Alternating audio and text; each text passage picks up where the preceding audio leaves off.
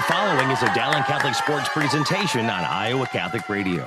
Our coverage of Dowling Catholic Sports is underwritten by Ashworth Vision Clinic, Construction Professionals, Dental Associates, Kemen, Mercy One, the Catholic Tuition Organization, Skeffington's Formalware, Bozen the Florist, Northwest Bank, and Catholic United Financial. Thank you for supporting Iowa Catholic Radio. And good evening and welcome to Southeast Polk High School as we get set for a postseason playoff high school football here on Iowa Catholic Radio alongside Matt Maindring. I'm Mark Amadale along with John Chido. We got a beautiful night. Well, as I predicted last week, Matt, and I saw the forecast, it's 60 degrees cooler than it was the last time these two teams met 10 weeks ago when it was 105 heat index. Tonight, the temperature's, well, right around 50 degrees with that wind's making it a little bit tricky out of the south of 10, so it's chilling up. But postseason playoff elimination game, the winner, the final outdoor game, Matt, tonight in all classes that are playing. Final outdoor games, they all move to the Unidome next Friday night. Mm-hmm. Will it be Southeast Polk? Will it be Dowling? And the rest of the games going on. Should be fun. You know, it's interesting. You start your season here, and we're not ending our season here, but we're ending our outdoor season here. How about that? There you go. That's what we're doing. You know, it has been quite a few months here of football, and Southeast Polk has been very consistent all year long. You know, they're the one trip up against Ankeny in the middle of the season, and they've been just solid all through. They just got a stable of athletes that can run up and down the football field. And Dowling has taken a different path. You know, their road's been a little bit windier, you know, but able to reach their peak at the right time at the end of the season. So it should be a lot of fun tonight. No question. John Chido's on the Dowling sideline, and what Matt said, John, is so true, as you know. But you know, Southeast Polk without their starting running back and punter from week one, and that's Titus Christensen. He's out with a broken arm. He will not play tonight. And Dowling had their starting quarterback, Jackson Smolik, miss, 7 games due to the collarbone, but he has come back in the Valley game, and he's played the last 3 games. So there's been some change with both squads. Yeah, you know, Mark, we talked about earlier, too, the offensive line for Southeast Polk has changed a little bit, too. They switched around their right tackle, moved him to center, and they have a new right side of the offensive line for them 2 sophomores that we didn't see, or Dowling didn't see in week 1. And you guys mentioned about Jackson Smolik, Chase Patton. I don't know how healthy or how many snaps he's going to be able to get today. So defensively for Dowling, that's kind of a big miss. So it's be something to keep our eye on. Yeah, absolutely. And of course, the Maroons tonight are without Chase Patton on the defensive side. Chase hurt his knee in the second play last week against Marr, didn't come back, and he is out tonight. So Carson Hagan gets the start at tackle, and then Cody Hikus goes from tackle to nose guard. And that could be an interesting adjustment, but it's going to provide that's probably lack of depth there, Matt, for Dowling, as they like to rotate and platoon, and that's going to disrupt that with the injury to Chase Patton. It will, and it's going to challenge Carson Hagan a little bit because he's been used to come off of the bench and be rested and ready to go and just be a tornado off that line of scrimmage. And you know, now he's going to have to learn to play a little more, you know, consistent and play within his bounds so he can play extended snaps. And, you know, he's just a great athlete, and it's going to be a lot of fun to watch him out there tonight. But he was mainly brought in on a lot of situations to rush the ball or to rush the passer. And, you know, now it's going to be a little more run defense, some stop that, and keeping Smolik inside. But, you know, a couple athletic kids, him and Jalen Pettis and Hikus, and, you know, it's going to keep Jalen contained. Absolutely. And then for Jackson Daly. Jackson Daly, the Southeast Polk quarterback. I get this Jackson thing's going to get confusing we again. We got Jackson, yeah. And then Johnny, how about this kid Draven Woods for Southeast Polk? He's third on the team in tackling, 46 tackles. He plays defensive end, wears number 54, but he leads the team in tackles for losses with 24 and leads the team with 7 sacks. And he wasn't on the opening day roster when Dowling played him 10 weeks ago. No, and I know the coaching staff is concerned and going to be aware of where he lines up because he does create havoc, and he's got quick feet. He's quick to the ball, and defensively, Southeast Polk altogether is very aggressive, and that's their style of football. And he has added that extra dynamic for their defense, no doubt about it. 7 sacks and 24.5 tackles for loss.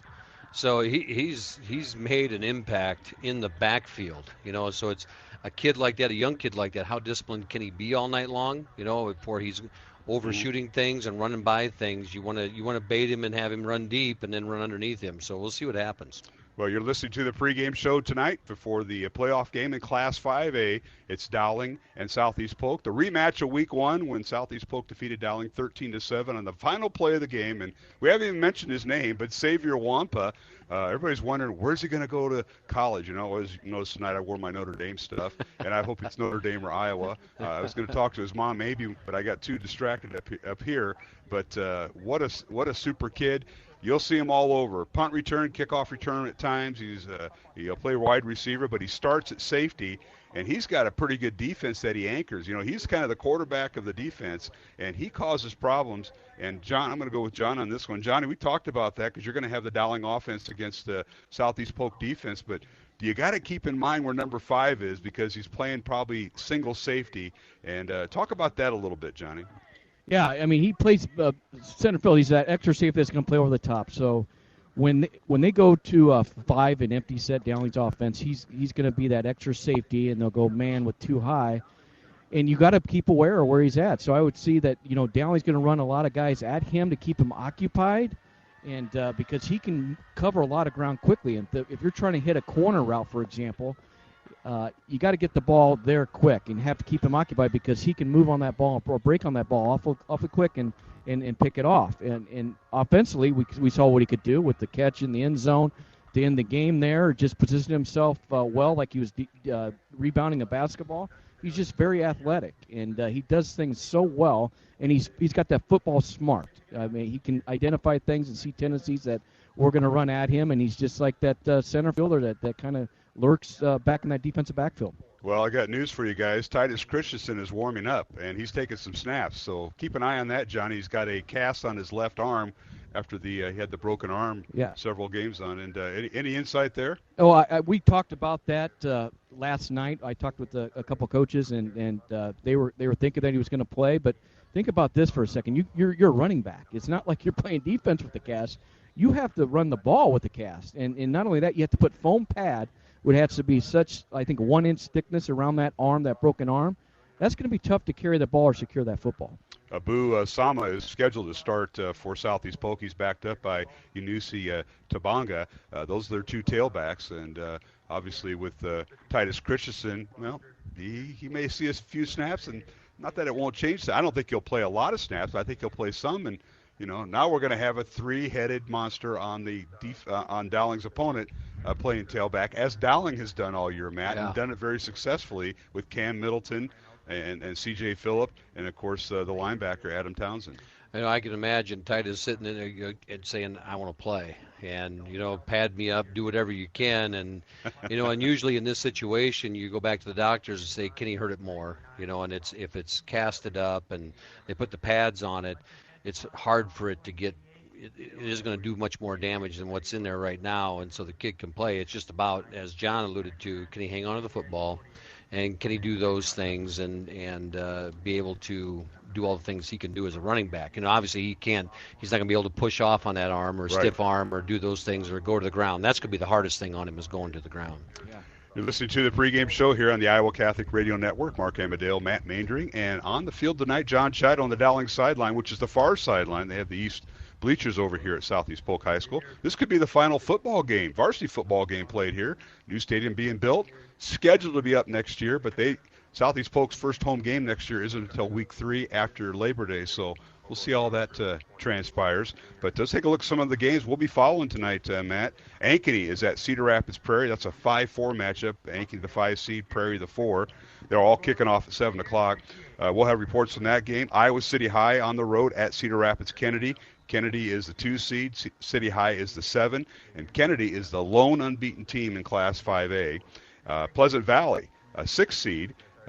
On the road at Valley, the 3rd seed, and we'll have updates from those 3 games along with, of course, our game that we're broadcasting, Dowling and Southeast Polk. And, Matt, it's going to transition to you. What's your thoughts on the Southeast Polk offense against Dowling's defense and that huge offensive line for Southeast Polk? 3 sophomores. The center, Barud, is a 3-year starter just like Caden Proctor. Barud going to play, he's a senior, going to play at the next level next year. And Proctor, Everybody wants him. Your thoughts on the Dowling defense against this? When we saw him early, they had a couple sophomores in that spot. And they've done a lot of retooling on that line and moving people around. And as John said earlier, at this point in the season, you're experienced, and I like to say a sophomore's not a sophomore anymore. And they've got that much experience. They create a lot of stress on a defense because you have a running backs that can run the ball, a quarterback that can run the ball and throw it as well as he can. And then, by the way, you have this Xavier kid who's going to run out, and you have to be cognizant of where he's going to line up. And Cole Falloon for them is their leading receiver, 31 catches, 684 yards, 11 touchdowns. So he's their go-to guy.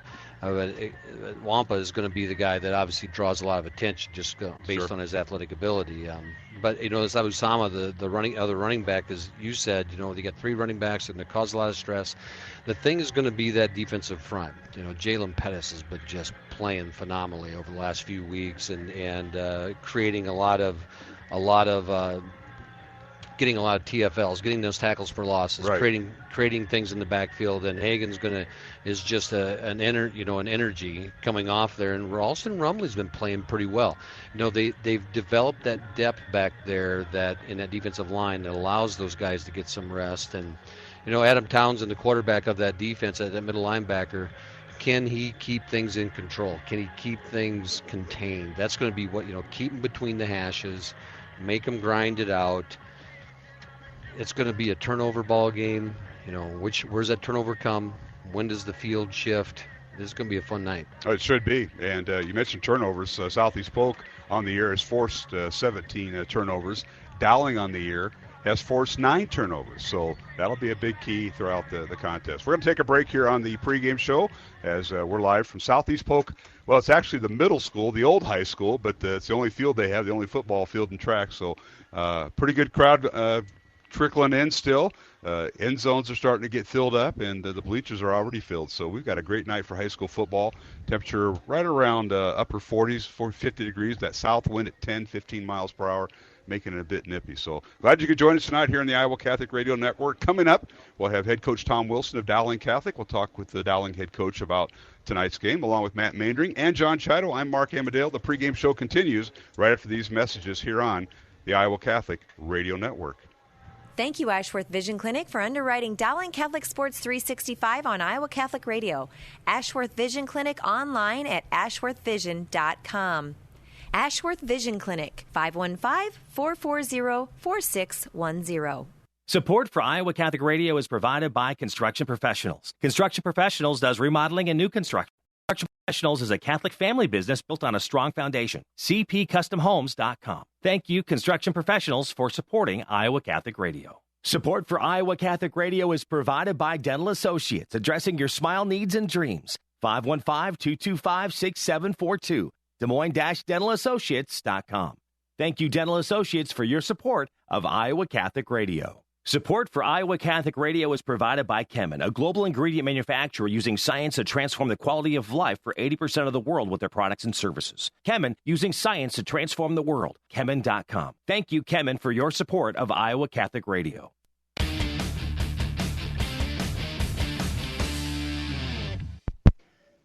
Welcome back to the pregame show here on the Iowa Catholic Radio Network. It's Dowling and Southeast Polk. You're listening to the pregame show with Mark Amadale, and I'm now joined by head coach Tom Wilson of Dowling Catholic as the Maroons take a 7-3 record against Southeast Polk tonight. The Rams 9-1 in the quarterfinals. And coach, congratulations, and hey, thanks for hanging out with us before the game. You bet. Thank you, Mark. Well, coach, you look back, and before you play Southeast Polk, the number 1 seed in this tournament, you had to beat Marr. And what a game it was last week. You got out to a 24-7 lead and got off to a great start with the opening drive.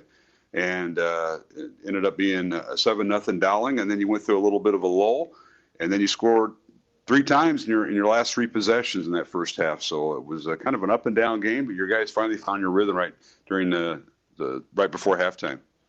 Well, we did, and we I thought they were doing a good job against our run game, and then we just kind of started spreading them out and throwing the ball and taking what they would give us, and as we talked in the post game, we got that hurry up offense going there at the end of the the first quarter, and Diego went in and punched the field goal in from about 39, 40 yards. And I thought that was a big part in the game. And then in the second half, I thought we scuffled along a little bit, missed a couple of shots deep and things like that. But obviously happy to come out of there with a win and move on to this round.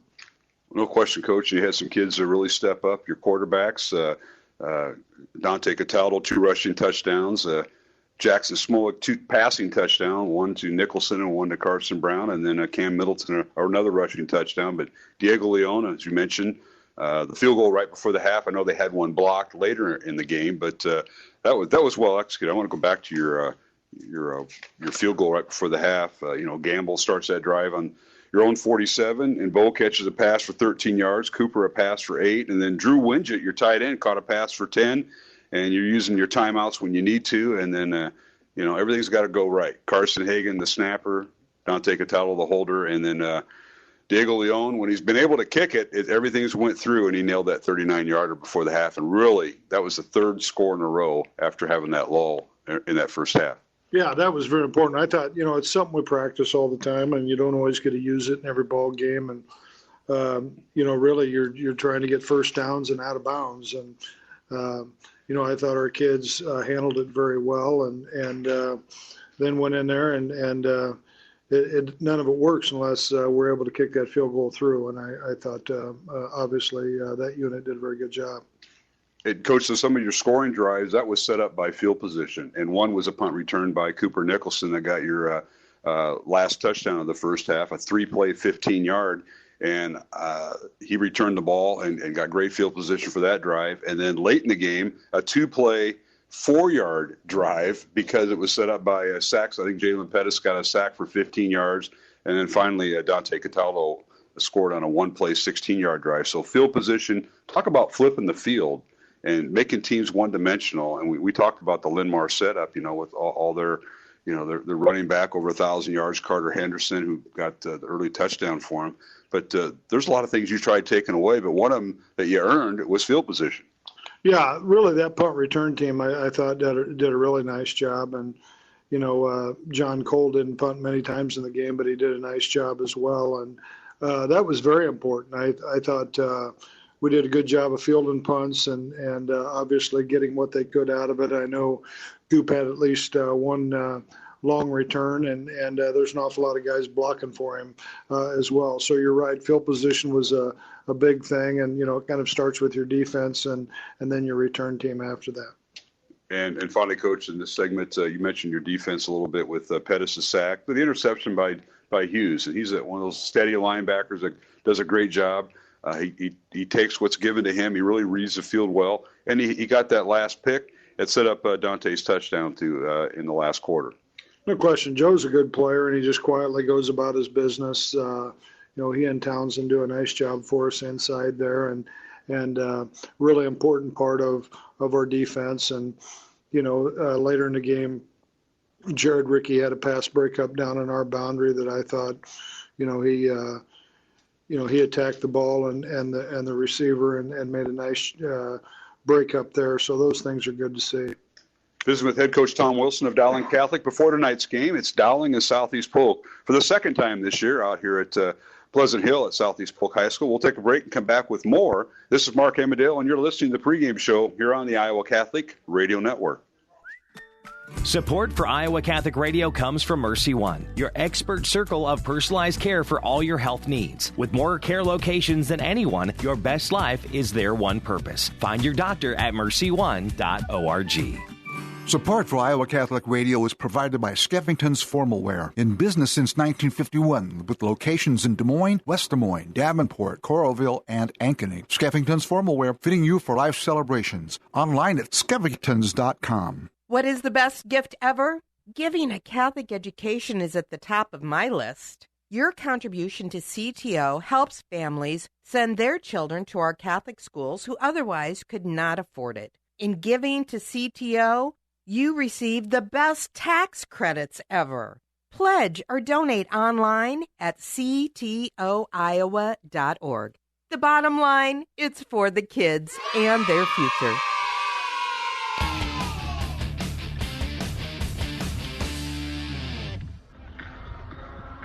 And welcome back to Southeast Polk High School. Mark Amadale, Matt Maindring, as we get set for the Class 5A football playoffs. Gosh, how long is it going to take me to remember? We were in 4A for so long, and now it's 5A, first time ever. And we continue our pregame show here on the Iowa Catholic Radio Network. Teams are still at their locker rooms, as we're a little bit early as we get set to break this game down. But Matt, I'd like to take this opportunity. We got a lot of things going on with Dowling. A lot of things happened this week. It started with state volleyball, and for the 10th straight year, Mary Beth Wiskus has led a team to state volleyball. They had a phenomenal season and ended up on the short end of it down there in Cedar Rapids, but just a great group of girls, and Mary Beth, Coach Wiskus just does an outstanding job with them and getting the most out of the kids to compete at that level. And Cedar Falls, just run into a team that was peaking at the right time, and they had a heck of a tournament. And then tonight you look out there, I see a little more flannel than normal. And does that remind you of? Who does that remind you of? Coach Barn. Yeah. So it's this weekend marks a year that Coach Barnabo left us, and so tonight the student section's all in flannel, and that's a fun thing for them, and just a great way to remember a great man. Absolutely. Flannel, hats, boots, overalls. Yeah. That's how Barr used to dress. Yeah. And not in school, of course. Oh, sure. Yeah. You weren't on some of the road trips I went with Grandview. And then we have the fall play going on. It actually started last night, and it's starting tonight at 7:30, Dowling fall play at the Dowling Auditorium. The Hound of the Baskervilles performances tonight, and then 2 tomorrow. That'll be at 2 o'clock and 7:30 tomorrow at the Dowling Auditorium, and tickets are $7 online. Yeah, I'm going to the 2 o'clock. Elisa and I will go to the 2 o'clock performance tomorrow, and we're looking forward to that and seeing those kids up on the stage. All right, and finally, the Dowling cheerleaders are competing at state, the competition cheerleading squad. John Chuddy, you know a little bit about that, don't you? Yeah, those days are now advanced to the next level, so it seems like it's a never-ending series. Can you give our listeners some tips about parking and such? They've moved it to the Iowa State Fairgrounds. That's got to help. At the Jacobson building. Yeah. But tickets were $10, John. I understand you bought for several families when your daughter Sophie was doing that. Oh, yes, and not only is it just $10, it's $10 a session, so it's not like a whole day deal. So. I knew I'd get him wound up there. Yeah. Matt. An ambassador right there. It's a parent ambassador going at it right there. Yeah, Johnny, you're supposed to be out there with Mr. Maindring welcoming parents, and I'm a future parent this Sunday at 11 o'clock. Well, Mark, I'm glad to see you now inside the building instead of just on Friday nights. Now you're back in the action. Yeah, that's great to see. Yeah, I don't think some of the teachers want that. Some of them are still there that taught me, and I still have community service to do, John. Just so you know. All right, let's get back to football. Dowling and Southeast Polk in this segment, and Johnny, you heard some of the comments from head coach Tom Wilson about Dowling's performance last week against Marr, but. Tonight, it's, a lot of different keys, and Matt's already mentioned some of them. You guys kind of broken down both sides of the ball, but what are some of the things you see that Dowling has to do? This is a wash last time. It was 7-7 until the last play of the game, so only 2 scores the first time these two teams met, but a lot has changed. Both teams have gotten their playbook opened up. Their defense has gotten better, offense obviously, and so has special teams. How are you going to see it on the offensive side for Dowling against the Polk defense? Well, first of all, Coach Wilson mentioned in his pregame is establishing good field position and winning the special teams battle. That is a huge advantage if you're able to shorten the field in tempo and stay away from the penalties. That's been kind of Dowling's Achilles heel is the penalties throughout the year. And they've cleaned a lot of that up. They're a different team. Southeast Polk is a different team. So each team has found their identity, what their strengths are. They're, full strength for the most part, other than Titus Christian, and Chase Patton. So I think Dowling's going to attack them with the running game, and then being able to open it up and spread them out and identify where Wampa is, and also you mentioned the defensive end for Southeast Polk, and kind of attack away from where those guys are and do some things that are going to occupy them. The middle of the field was open a lot last week with Marr. I don't know if Southeast Polk's going to leave that open. That's one of the things Dowling's been able to take advantage of. But getting back to it, what you asked is staying ahead of the change, establishing good field position. All right. And Matt? How do you concur with Dowling's defense against this wide open Southeast Polk offense led by their quarterback, who Jackson Daly, a 6'3" senior? He's thrown a lot this year. He can run it. He's scored 18 touchdowns, thrown for 18 touchdowns, rushed for 3 touchdowns, and he's pretty balanced. He's a lefty. Your thoughts on that? I think keeping him in the pocket, don't let him beat you with your legs. You can do a great job of pass defense and keeping everything in front of you and not letting those open receivers and keep him in the pocket, because if he escapes, all of a sudden that breaks everything off. And even if it's only a 10-yard gain, all of a sudden that keeps the drive going, and that just puts pressure on the defense more. And so who can get the turnovers? All right, we're going to take a break and come back. We'll have the starting lineup. So when we return, it's Dowling and Southeast Polk high school playoff football on Iowa Catholic Radio. Listen to Be Not Afraid with Father Fabian Moncada and Father P.J. McManus Tuesday mornings at 9 on Iowa Catholic Radio and on demand at iowacatholicradio.com and the Iowa Catholic Radio app. Support for Iowa Catholic Radio provided by Northwest Bank. Commitment you can bank on. Northwest Bank is a community bank serving Iowa and Nebraska. NW.BANK. Thank you, Northwest Bank, for supporting Iowa Catholic Radio. Did you know you have a choice in your child's education? Smaller class sizes, dedicated teachers, a sense of community, and a caring learning environment. Whether it's in the classroom or at home, Diocese of Des Moines Catholic Schools deliver the best value in education, and we offer tuition assistance to help you afford it. Learn more about how the Catholic schools in the Des Moines Diocese might be the right choice for your child. Visit dmdiocese.org/schools.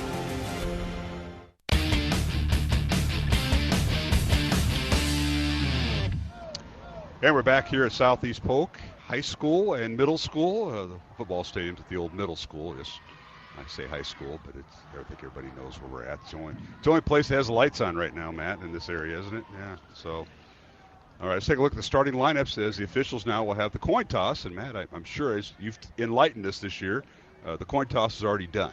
Yeah. We're just going to see the outcome. The outcome. They're going to officially release. Dave Rittman is our referee, a veteran state tournament referee, and he is going to be administering them.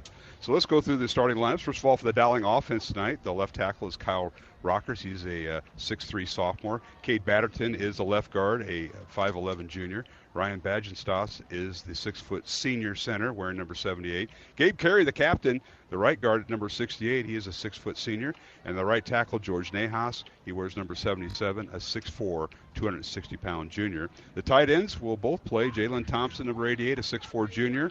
And Drew Winget, a 6'4" senior, will wear number 5. And then the wide receivers for Dowling, Cooper Nicholson, a 5'10" junior. He'll wear number 8, along with Carson Brown, number 17, a 6'2", 175-pound senior. The fullback is Cale Gokenauer, number 32, a 6-foot senior. And the quarterbacks tonight, Jackson Smolik will get the start, number 4. He is a 6'2" junior, and Dante Cataldo will see time. Dante is a 6'2" junior, and he will wear a number 4, or number 2, rather. And then on the defensive side for Dowling up front, Jalen Pettis, Carson Hagan, Cody Hikas, Owen Weber, the front 4. Chase Patton is out tonight with a knee injury he suffered last week against Linn-Mar. Linebackers are Kellen Shimon, Adam Townsend, Joe Hughes, and Noah Seamer. Townsend, the captain of that group of the defense. And then Jared Rickey, Jake Anderson are the corners, and Blake Anderson, the starting free safety for the Maroons. And a change in the holder as Jake English is out, as everyone knows, out with a knee injury. He will not dress. He'll be on the sideline. So Cooper Nicholson will do the holding for extra points and field goals. And the long snapper for Dowling is Carson Hagan. So let's look at the Dowling starters tonight. Again, Chase Patton out on the defensive side with a knee injury, and Jake English, the quarterback who played majority of this game in week 1 and due to the injury to Jackson Smolik, is out tonight once again. Now for the Southeast Polk Rams, their head coach is Brad Zelenovich, 7th year here at Southeast Polk, and he starts at quarterback Jackson Daly. A lot of Jacksons, Matt. Yeah, You said that. It's going to be hard. He's a 6'3", 222-pound senior. The running backs are Abu Sama, along with Yanusi Tobanga, as they have the two-headed monster there. But we saw Titus Christensen, broken arm and all, casted up, and he was taking some reps in pregame. So you may see Titus out there, number 2 for the Rams. Wide receivers, Cole Falloon, Kyle Sizzler, Xavier Wampa, and Jordan Mitchell. All 4 are seniors. And now the offensive line, and they're big, anchored by their center, number 68, Cade Baroud, a 6'3", 305 senior. The left tackle is Caden Proctor, the 5-star recruit, 6'8", 335-pound junior. He'll wear number 74. The left guard is sophomore Gavin Douglas, a 6'2", 260 pounds. The right guard is Braden Harmon, a 6'4", 240-pound sophomore, and John Vetter is a 6'4", 230-pound sophomore. So that's a look at the starting lineups. They're about ready for the kickoff. It looks like Dowling will receive, so I'm guessing Southeast Polk won the toss, man. Yeah, Southeast Polk deferred, and so Dowling gets the football first. And see, you know, it's always interesting these second time around to see what things they've seen. And the thing that's different right now compared to the first game of the season is both teams know what they're good at. And and it's changed vastly since that first week. So we'll see how things start out here. All right, the Rams will kick off, and they'll defend the south end zone. They'll have the wind at their back. And we're underway here at Southeast Polk High School as a kickoff by Josh Wilson. And it's fielded by Dowling. And with the football running across the 20 up to the 25-yard line and hit and dropped is who was on the bottom of that pile? C.J. Phillip. Phillip, yeah. Okay, C.J. Phillip. John Chiddle, a word on the sidelines. Current conditions, 54 degrees. Winds out of the south, gusting from 15 to about 25 miles per hour. But Dowling's offense will be in the wind here, John. Actually, Mark, right now you can hardly feel any wind down on the field, which is a good sign. It's a great night for football. Can't beat it. Playoff football. Here we go. All right, first down Dowling from the 25, and a handoff and right up the gut, and maybe a couple yards, if that, up to, going to give him about 4 yards. They're going to put it down at the 30-yard line, so a gain of 5 that time. Nice run that time by Cam. It was a good run by Cam up the middle. Number 11, Andrew Harris, was the one on the stop. But nice crease on that right side of the line between Carey and Nihas as they were able to slide Cam up in there for a gain of 5 yards. All right, the Maroons with 2 receivers to the right, tight ends in there. And the read option, and again, they give it to Cam right up the gut. He's got a first down. Nice run that time by Cam Middleton, the 5'11", 200-pound senior, and he went right over center and the 2 guards. Caleb Chibahar got the stop, and Cam a strong run because it was a late handoff. And so everything kind of develops in front of him, and then he shoots forward and gets the yardage to move the chains. Line of scrimmage is a 35 after a back-to-back 5-yard run. Smolik back to throw, airs it out. He's looking for Carson Brown. The ball is caught. Did he catch it in bounds? No, out of bounds. Nice catch at the Ram 25-yard line. And that was one-on-one coverage that time with the cornerback there that Carson Brown had on him. Yeah, a lot of bumping as they were going down, and the ball was in the air a long time. Great throw by Jackson, a great catch by Carson. Just couldn't get the 1 foot in bounds as he slid out of bounds there, and that was a nice play, and it sets a tone. And it was a nice ball thrown by Smolik into that 15 to 25 mile an hour wind. But as John said, little of it on the field. That's good news. All right. Maroons will spread the field. 5 receivers. Rams throwing blitz. 2nd and 10. Back to throw Smolik. Fires it out. The pass is caught by Cooper Nicholson. They're going to give him forward progress up to the 40-yard line, a gain of 5. Gain of 5 yards, and that's a quick hitter right there. They show up. They're going to come up and show pressure as soon as they go 5 wide. And number 26, Cole Rogers on the stop for Southeast Polk as soon as Cooper caught the ball. So they keep interchanging their receivers, does Dowling. The Maroons now with the 2 receivers set on each side with the back in the backfield. Here's Smolik out of the shotgun. It is 2nd and 5. Back to throw Smolik. Looks left, throws left, and he overthrew his receiver incomplete on the far sideline. And that'll bring up, 3rd and 5. That'll bring up 4th and 5 for Dowling on their own 40. Gavin McCrory came off the edge there for Southeast Polk and rushed Smolik a little bit. That ball sailed a little bit high, had the right read on it, and just sailed a little high and from the pressure, and forces the punt. John Colin to punt, averaging about 32.5 yards per kick as Carson Hagan will snap it, and twin safeties back for Southeast Polk. One of them is Xavier Wampa. Here's the snap. Ball is kicked into the wind. Not bad. Fielded by Wampa. And fair catch signal right about the 31-yard line. That's where the Rams will start 1st and 10 from their own 31-yard line with 10:14 remaining. First quarter, no score. Dowling and Southeast Polk. The winner moves to the Unidome to the semifinals next Friday. Let's go down to the Dowling sideline. That is where John Chido is at. Johnny? Well, as you guys mentioned, it was a nice pass by Jackson Smolik. He was looking to his left and threw back to his right, and Carson ran a stop and go. He just ran. He got too tight to that sideline. And Southeast Polk's defenders do a great job with their hands in turning and running with the receivers, and that was an example of that because that ball was thrown perfect. Yeah, it certainly was. He just threw it a little bit towards the boundary on the near side. So here's the Ram offense on the field. Thank you, John Chiddle, for that report. And the quarterback is Jackson Daly. He's a lefty, and he hands it off to the tailback, and getting the start back there is Abu Sama, and he's hit. And he didn't do much north-south running. He went east-west and headed east, and may have got back to the line of scrimmage, and that's it. They're going to give him progress up to just beyond the line of scrimmage, and great pursuit there by the Maroon defense, and it looked like out there Townsend leading the way with Joe Hughes and stringing that thing out, which is what you want to do and not let them get any speed up.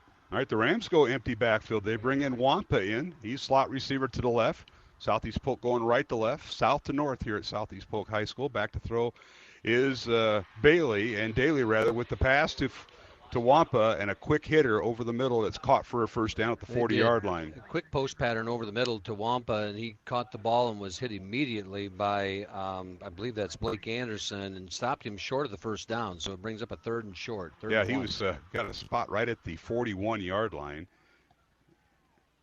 And let's see, now they're adjusting the chains over there. Yeah, they're adjusting the chains. I'm not sure, Matt. John, you're over there on the Dowling sideline. What's going on? They're going to give him the first down. Yeah, they're going to give him the first down. That's what I thought, yeah. Because the chains weren't set right. Yeah, they were. I had the drive start at the 31, and all he had to do was get to the 41, which he did. And now they got it fixed. So it's first down, Southeast Polk. No score. As the Rams now check with the sideline and head coach Brad Zlinovich. He and Jason Nolding are their offensive coordinators, the head coach and an assistant. A handoff once again to Sama, and he goes over the right side and gets across the 45 of Southeast Polk up near the 46, gain of 5. Bottom of the pile again, Joe Hughes at the feet of Sampa. He came through the line of scrimmage, and pretty good push by that offensive line there from Southeast Polk, and a nice gain on first down for the Rams. Yeah, huge line for the Rams. Caden Proctor at 335, Gavin Douglas, the left guard, at 260, the center, Barut at 305, and the sophomores on the right side, 240 is Braden Harmon and Vetter at 230. So 2 receivers left, man in motion right to left, and they give it to Sama again, and Abu Sama gets across midfield. He's got the first down, dropped at the Dowling 49. They show a little motion there was Zampa Savior coming across the line of scrimmage, and to direct your attention to that, and then they come back with a Busama on the other side, and a big gain over that right side.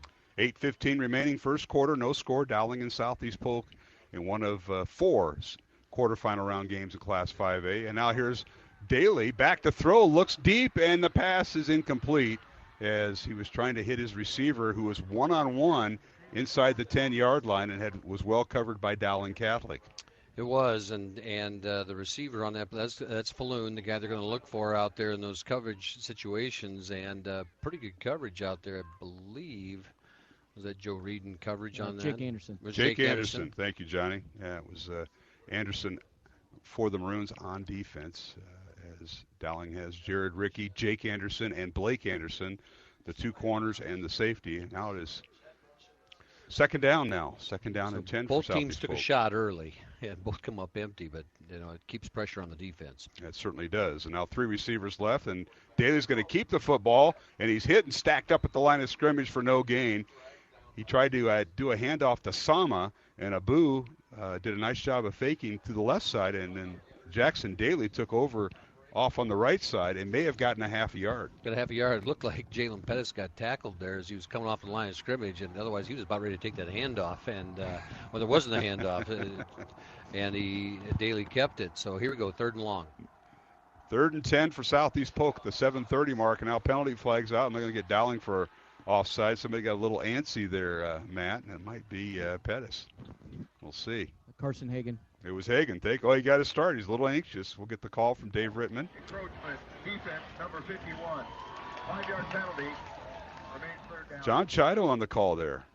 Yeah, he's got a good view right there. Well, he's hanging out with the chain gang. Yeah. That's okay on the road, but at home, I don't know about those guys. Yeah. Some of them. They said they would have had the chain set right That's what the talk is. So penalty against Dowling. That'll bring up 3rd and 4 for the Rams.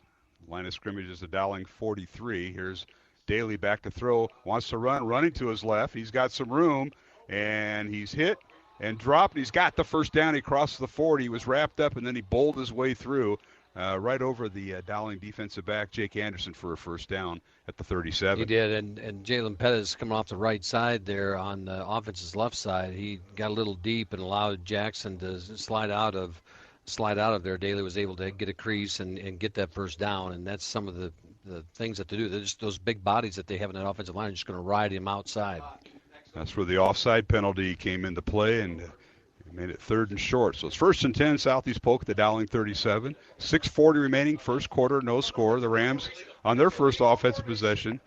Here's the shotgun snap, and the give is to Sama looking for a hole, and he finds one. He bounces outside and gets all the way down inside the 35, down to the 31-yard line. And they had, again, Sama just grinding forward behind that big offensive line as they're sitting up there pounding away and had them on their heels a little bit. I think, Matt, he wanted to go over center, Cade Barud, and then he just kind of look, see which door was open, and finally found door number 3 off right tackle. Did. So it is 2nd down now for Southeast Polk. The ball's on the 31-yard line of Dowling. We'll call it 2nd and 4 on this drive. It started back in the Ram 31. Daly out of the shotgun. 3 receivers now to the right. And the give is to Sama to the left. He tries to turn the corner, and he's going to be hit and stacked up, struggling to get back to the line of scrimmage. And he may lose a yard back to the 32. So it'll bring up 3rd and about 5. Kellen Shimon in the backfield there as they strung that out and almost got that tackle for a loss and allowed him to get back to that line of scrimmage. But a good pursuit there on the left side of the line as Southeast Polk went strong to the wide side of the field and tried to run back to that weak side on the short side of the field. I'll give Sama all the credit in the world. He was a backup to Titus Christensen, and he comes in and he's got 730 yards and 7 touchdowns, and he got back to the line of scrimmage. Looked like he was going to be sacked for a big loss. All right, it's 3rd and long. Back to throw is Daly. Looks left, looks right, throws left, and it's incomplete as he overthrew his intended receiver. That'll bring up 4th down for the Rams. Interesting to see how they feel about going for it with the wind at their back here. And their place kicker has hit a 41-yarder field goal this year. We'll see how this works out. Yeah, this would be a 40. This is a 48-yard field goal. So they're going to go for it and not huddle. They're going to get right up to the line of scrimmage here and go for it on 4th down. All right, 3rd and 4 for Southeast Polk as we approach the 5-minute mark from the Dowling 31.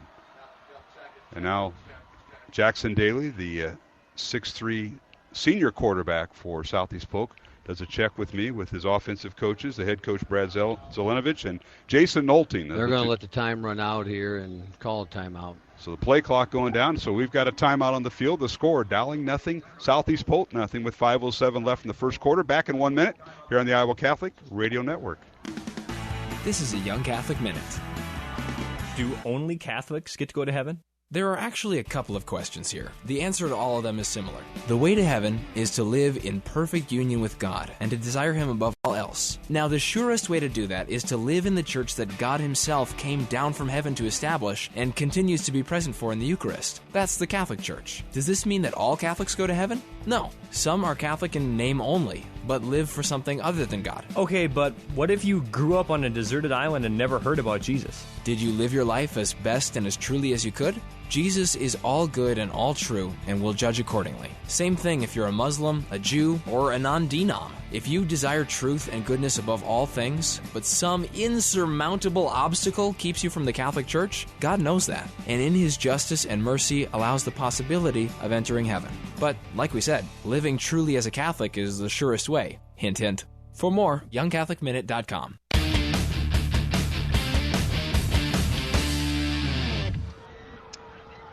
And we're back here at Southeast Polk High School out of the Southeast Polk timeout with 5:07 left to go here in the first quarter. No score. The Rams going for it on 4th and 4 from the Dowling 31.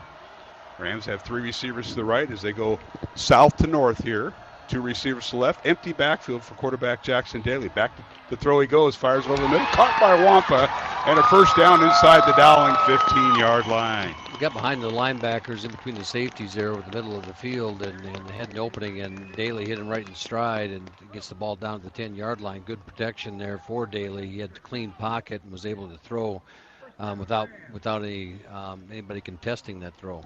19-yard reception, and they're going to spot his knee down right at the Dowling 12, so a chance for Southeast Polk now to get another first down inside the 2. So it's 1st and 10. Southeast Polk, the line of scrimmage is the Dowling 12. 2 receivers right. Man in motion is Wampa. He's doing a lot of running around. They're going to throw a lateral pass to Wampa right side. Cuts inside and puts his head down inside the 10 and gets all the way down to the 6-yard line for a gain of 6. It's down there inside now they're inside the 10. A quick play. Again, they're going to try and get the ball in that young man's hands as many times as they can, let the athlete try to make plays, and now it's just basically a long handoff when you throw that ball out there behind the 2 other receivers as they're blocking for him out front. Wampa has scored 4 touchdowns on the receiving end, and he has not rushed for a touchdown yet this year. 4:05 remaining, first quarter. It's 2nd down and 4 for Southeast Polk. They put a man in motion Falloon. They give us to the tailback, and that's Abu Sama. He gets inside the 5, still pushing, and now finally they stack it up, and they stop him at the 3-yard line for a gain of 3. And near a first down. Near a first down, that rugby scrum. You all of a sudden you got all these guys all mashed up in the middle, and Sama's in the middle of that, churning those legs yet, trying to get that first down, and he's going to be about a yard short. So it's 3rd, and they're going to call it 1 on the scoreboard with 3:30 remaining here in the first quarter. No score. Southeast Polk brings in a tight end, Garrison Lundgren, a senior, along with. So they're going to go with a big set. Splits are tight. Yeah, splits are tight. I formation, Daly under center. The toss play right side to Sama, tries to get outside. He dives to the end zone. Touchdown. Abu Sama, nice job as they fake it to the fullback. And they little toss to the right, and he goes in. He cuts it inside the numbers and goes in for the score. And Southeast Polk strikes first. They went in there in the offensive line, the narrow splits and no gap in the splits, and it brings the defense in a little bit tighter even, and they get it to Wampa out to Sama out the backside there, and created a nice alley for him, and he was able to lunge and get in the end zone. And now the extra point, and it is up, and it is good. Josh Wilson with the PAT, so it's 7-0 Southeast Polk, 3:08 remaining. First quarter from Southeast Polk High School, back in 1 minute here on the Iowa Catholic Radio Network. This is Dale Ahlquist with a Chesterton Minute. Have you ever heard people say that Christianity is barbaric, that it arose in ignorance? Well, G.K. Chesterton says that as a matter of historical fact, it didn't. It arose in the most civilized period the world has ever seen. It arose precisely at the intersection of 3 great civilizations, Athens, Rome, and Jerusalem. It combined the philosophy of the first 2 with the faith of the third. So what's the real reason the opponents of Christianity do not believe it? It's not because it's barbaric and ignorant. It's not even because it's civilized and sophisticated. It's because, as Chesterton says, opponents of Christianity would believe anything except Christianity. Want more than a minute? Visit us at chesterton.org.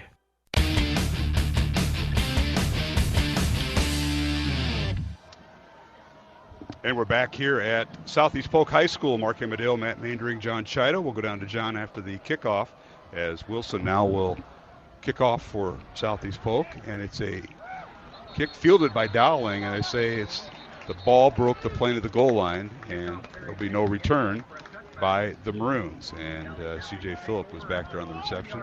But Southeast Polk, Matt, they go 14 plays, 69 yards, and they started the drive at the 10-14 mark of the first quarter, and they had the ball for about 7 minutes. Yeah, that makes it hard on the defense and on the Dowling offense, but nice drive. They big fourth down conversion to Wampa. All right, we'll go down to John after this play as Dowling starts 1st and 10 from their own 20-yard line, and now the handoff, and they get to C.J. Phillip, but he spins out of a tackle and up to the 25-yard line. John Chido, give us an update. Well, what a long, sustaining drive from Southeast Polk, where Dowling likes to go hurry a little bit, more up-tempo. Southeast Polk took their time, and the defense was on the field for Dowling for a long period of time, and Sama made a great play to get in the end zone because he could have been stopped, made a nice cutback, and got vertical off his feet and was able to dive in the end zone. Yeah, that was quite the drive. You're exactly right, John.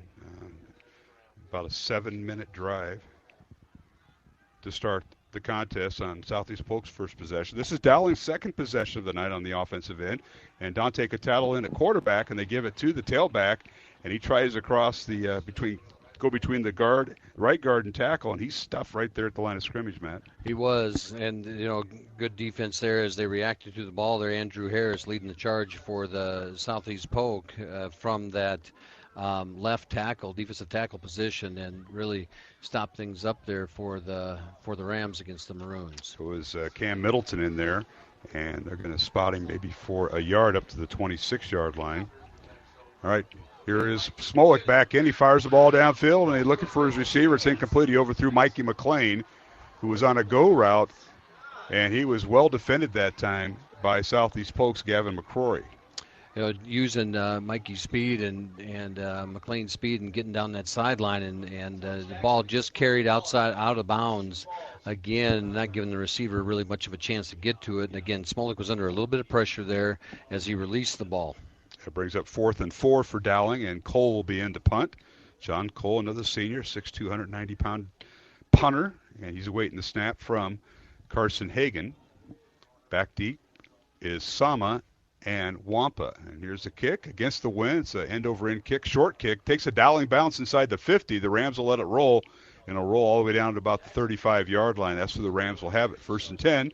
We'll call it the 34 on the Southeast Polk second possession. As it's 7-0, Southeast Polk leading Dowling with 1:33 remaining here in the first quarter. And let's go back down on the field to John Chido. Johnny? Yeah, when Dowling's trying to open it up and hit that home run ball, it does one or two things. You try to get the defense to ease off a little bit, but then again, you hit those home run plays, and it comes back, and boom, you're forced to punt again. And instead of getting out of that, being able to run and stay ahead of the chains and establish first downs, that 3 plays and out is not good for the defense if they're on the field for 7 minutes less. Yeah, that's a good point, John. We'll see how this all transpires. Southeast Polk with a first down. Daly at quarterback, and the give is to his tailback, and that's Sama. Breaks a tackle in the backfield, breaks another tackle, and he grinds his way up near the 40 and over the 40-yard line for a first down. Nice run that time by Abu Sama. He had a nice run right there. He's got 94 carries on the year before coming into tonight, and no touchdowns, I don't believe. It's 734 yards in the ground. He just showed some strong legs right there as he came in and ran hard for those yards. Titus Christensen coming out here and lining up at the split end with his cast on. Yeah, they'll call it a 9-yard run, so it's 2nd and 1. Line of scrimmage is the Southeast Polk 43-yard line. Daly out of the shotgun, and he gives it to Sama, and he's hit and dropped right at the line of scrimmage. Nice job by the Dowling linebacker, Joe Hughes, on the stop. Yeah, nice pressure there, getting into the backfield and getting him stopped up early and to get a loss on the play, and so creates a 3rd and short, no first down after that play. Yeah, they'll give him no gain on the play officially. As we're in the final 30 seconds of the first quarter, it's Southeast Polk 7, Dowling nothing. Matt, we've got some other scores to pass along before we go to the quarter break. We'll try to get them in. Rams now with a 3rd and 1. 2 receivers to the left, 1 to the right. Southeast Polk going right to left, south to north here at Southeast Polk High School. And the give is to Titus Christensen on a little jet sweep. He turns the corner, and he's finally brought down at the 45-yard line after a gain of 2. He did just get enough for the first down there and move the chains as they brought him in motion and then handed off to him. And good play by the Maroons out there, but we need to go to a break. Quick scores. Yep. Valley is up 6-0 over Pleasant Valley in the first quarter, and Ankeny is up on Prairie after an interception. Gets them down close to the goal line, up on Prairie 7-0. All right, we've come to the end of the first quarter here at Southeast Polk. The score, Southeast Polk Rams 7, Dowling nothing. Back with the second quarter in 1 minute here on the Iowa Catholic Radio Network. 60 Seconds with Archbishop Fulton J. Sheen. Peace be to you. Now there actually is such a thing in the world as authoritarianism. It is communism. What is the essence of authoritarianism? Well, I would say it was threefold. First, it subjects the mind to dogmas. 2, it makes fear the basis of obedience. 3, it destroys freedom of thought. Now, the church has none of these qualities. It could not have them. Because remember that our blessed Lord lived in the midst of authoritarianism. The people among whom he moved were under the power of the Romans. Furthermore, all of the Pharisees were authoritarian. So when, therefore, our blessed Lord founded his church, naturally, he made it a bulwark against all forms of authoritarianism. The people you know and trust are on EWTN.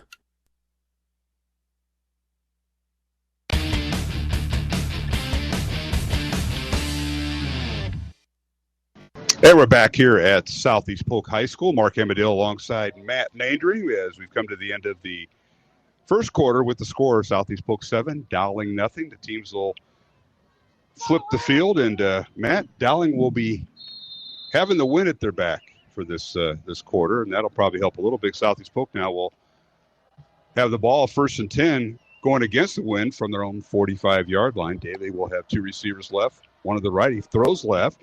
Pass is caught, and that's Wampa with his midfield, and he's finally wrestled down nicely that time by the Dowling defense, and that's Noah Seamer on the tackle. Noah Seamer on the tackle with Joe Reed, and the Daly just throws a dart out there towards Wampa, and Dowling did a really good job of reacting to the pass and keeping Wampa in front of him and making the play in no yards after the catch. So the ball is at midfield, a 5-yard gain on the pass from Daly to Wampa. And this time they got 2 receivers to the right, 1 to the left. Southeast Polk now in their home black uniforms with gold numbers, and he fires downfield. The pass incomplete. He threw a little bit behind Wampa coming from the right side of the formation. And that'll bring up 3rd and long. Really kind of the first time where Daly had a little bit of pressure, had to get rid of the ball and didn't have a clean look at it, and which forces him to throw it behind Wampa as he sat over the middle. So good job of that defensive front. All right, it'll be 3rd down for Southeast Polk. They'll call it 3rd and 6 from midfield. Rams have 2 receivers to the right. Cole Falloon is the outside receiver, and Quint Christensen is the slot receiver to the right. Jackson Daly out of the shotgun, and he fakes it to some in the backfield. Now Daly being chased, avoids tackle. He's going to be hit, drop, sack back at the 42-yard line. And that's a double sack that time for the Maroons. They'll both get credit for it, Matt. Yeah, Jalen Pettis back there, and they got him corralled, and then Ralston Rumley was right there to keep him in between, and they did a good job of keeping Daly in the pocket. We got the officials talking here. We'll find out. We'll pick it up. Dave Rittman. Penalty on the play. So they waved the penalty off. I don't know what they were considering, but John Chowder, you got any word on that, what they might have been considering? I didn't even see the flag being dropped, to be honest with you. And I don't know if it had something to do with the backfield with Daly, because that's where it was thrown at, or where he picked it up. But probably. Yeah, I don't know. Might have been illegal downfield. I mean, I don't know if a tackle got downfield, but since he didn't throw it, then there's no penalty. You're right. All right, so it'll be 4th down for Southeast Polk as we're just underway here in the second quarter. High snap, but fielded nicely by their punter, Quint Christensen, who does double duty. It takes a Southeast Polk bounce, hits the 40, and rolls to about the 30-yard line. That's where the Maroons will take over 1st and 10 from their own 31-yard line, Matt. Good defensive stand there. Short punt gives the offense the ball on the other side of the 30, which is kind of a big deal. And now they got to put a couple first downs together and get a little bit of a drive going and put some pressure on them with the wind here. We'll see what happens. And let's go back to that sack. You mentioned Rumley and Pettis on the sack, and you called Ralston's name. He would maybe get some more playing time tonight with the injury situation to Patton. Yeah, he come in, one of those wrestlers, and he come in, and it's a good place for him and got him down. So, all right, Smolik back to throw on 1st down. The ball is caught by actually a deflection.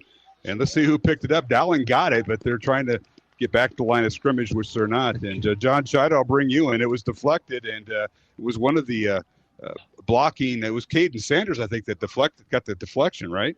I think it was Adam Townsend. Townsend, all right. Yeah, but it was deflected by Southeast Polk defender. I think it was Sam Good, and then right into Adam Townsend's hands. Well, it ended up being a loss of 1.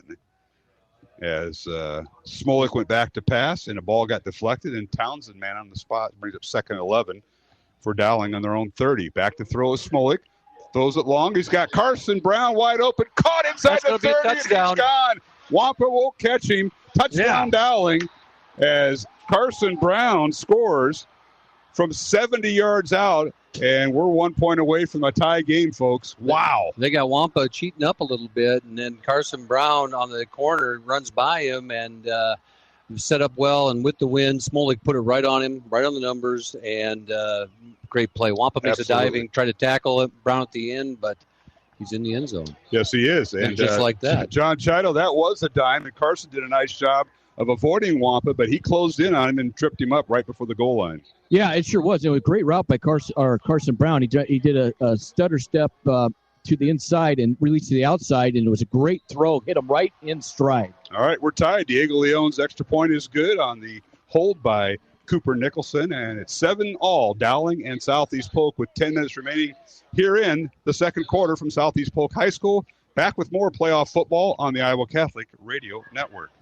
We've never told a generation of young people more frequently to love and believe in themselves. I don't think we've ever seen so much self-loathing, though. I think it's because our affirming talk is accompanied by a secularized, godless worldview that essentially says, you're a cosmic accident, you're no more than a lump of cells, your destiny is worm food, but believe in yourself. All of humanity's achievements will ultimately end up as rubble, but you can accomplish anything. Give me a break. God's Word doesn't only teach us to follow the call in our hearts and believe in our worth, but shows us why. You're a child of God, created in His image and likeness. God found you worth dying for. You are destined for eternal glory. Your Heavenly Father loves you. Now, believe in yourself and follow your dreams. If there's a difference between secular self-help and the stuff you find here, it's that self-help that checks faith at the door for all the good you could find there just doesn't remotely compare. For more from my book, I Am, visit rewriteyourname.com. I'm Chris Stefanik from Real Life Catholic. Listener-supported Iowa Catholic Radio, 1150 AM KWKY Des Moines, 94.5 FM K233BT Des Moines, 88.5 FM KIHS Adel, 90.9 FM KLOX Creston.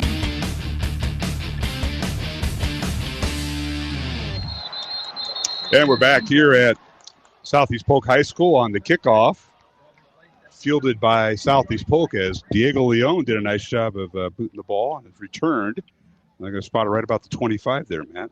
Yeah, into the end zone, so it brings it back out to the 20.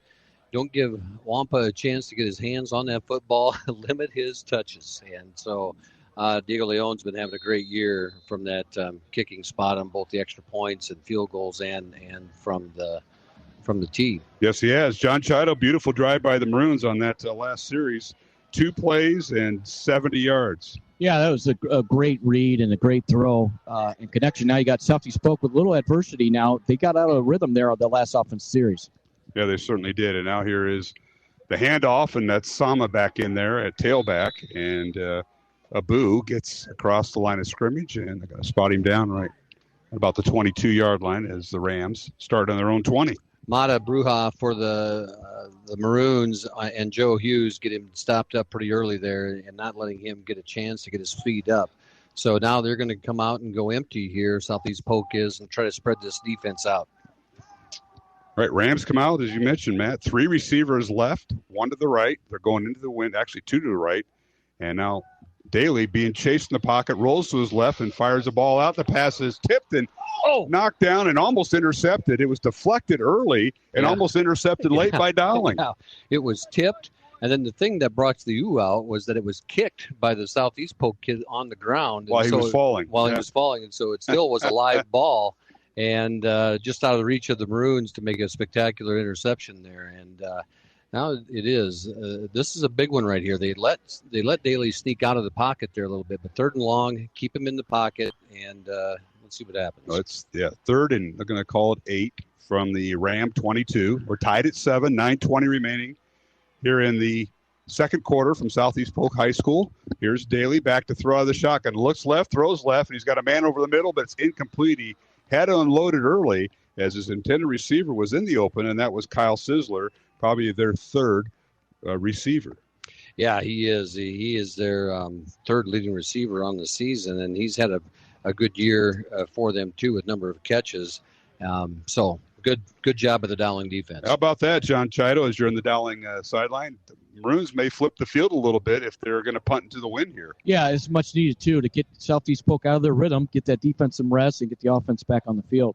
Quint Christensen, who's also one of the receivers for Southeast Polk, will do the punting high kick, and it's short, and it's fielded by Cooper Nicholson, a fair catch signaled for at the Dowling 44, and that's where they'll start, 1st and 10 from their own 44-yard line. It's 7-all, Dowling and Southeast Polk. The winner moves on next Friday to the Unidome in Cedar Falls for the 5A semifinals. And any updated scores, Matt? Before No updated scores at this point. Valley was driving up 6-0 and just Ankeny 7-0.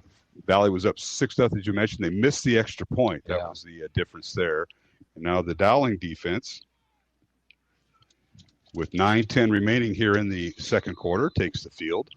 And it'll be Jackson Smolik at quarterback from his own 44-yard line. The give is to Cam Middleton, and he gets up near from midfield. Nice run that time on first down from his own 44. And that was all the offensive line right there. Rockers, Batterton, Bagintosh, Carey, and Nahas, as they just drove that Southeast Polk defensive line backwards 5 yards, just stood him up and drove him. And Cam was churning his legs right behind him. And that's what you like to see right there, is those yards that wear a defense out. About a 5-yard gain, they'll call, about a 4.5, if you will, just shy of midfield.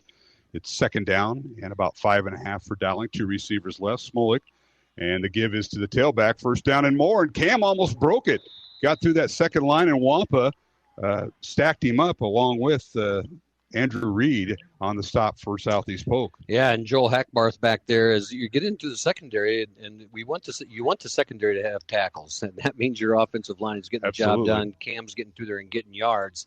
And so now this Dowling offense has found a little bit of a rhythm as they move down the field. 9-yard gain for Cam Middleton. First down Dowling at the Southeast Polk 42-yard line. Rams showing blitz. Maroons with 2 receivers right, 1 to the left. Back to throw is Smolik, and he throws it too quick, and it's incomplete. His intended receiver was Cooper Nicholson, and that was one that Daly threw early in the last possession for Southeast Polk. Just got rid of it and led his receiver too far, and that one was underthrown. Yeah, in that seam there, and it was hard to tell if Jalen Thompson turned in and he was supposed to turn out. I don't know which one it was there, or someone was supposed to curl, but there was a miscommunication there on the pattern between Smolik and his receivers.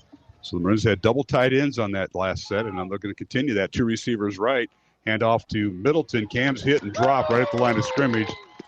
Knifing in there was, I think it was a nose guard. He wrapped him up, and Cam couldn't wiggle out of that, and he going to call him for a loss back to the 44-yard line, loss of 2. It could have very well been Draven Woods, the young man we were talking about early in the game, the sophomore who's now their leading, who's got the most tackles for losses on the team and sacks on the team. He's just been a wrecker on that defense, and so he got Cam early. All right, 3rd and 11 for Dowling. Back to throw is Smolik. Here's it out for Nicholson. It's caught inside the 10-5 touchdown.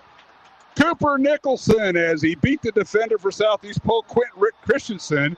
And the Maroons now have taken their first lead on a 44-yard touchdown pass from Jackson Smolik to Cooper Nicholson. Smolik was under pressure and waited until the last minute to throw that ball, and it was just enough time for Cooper Nicholson to get beyond the secondary, even another step, and he laid it right in the basket for him again, and just a great throw by Smolik into Nicholson's hands, and two quick scores by the Maroons, and the tide has turned here. Almost 3 minutes apart as Diego Leon in for the extra point. Cooper Nicholson, who caught the touchdown, will hold.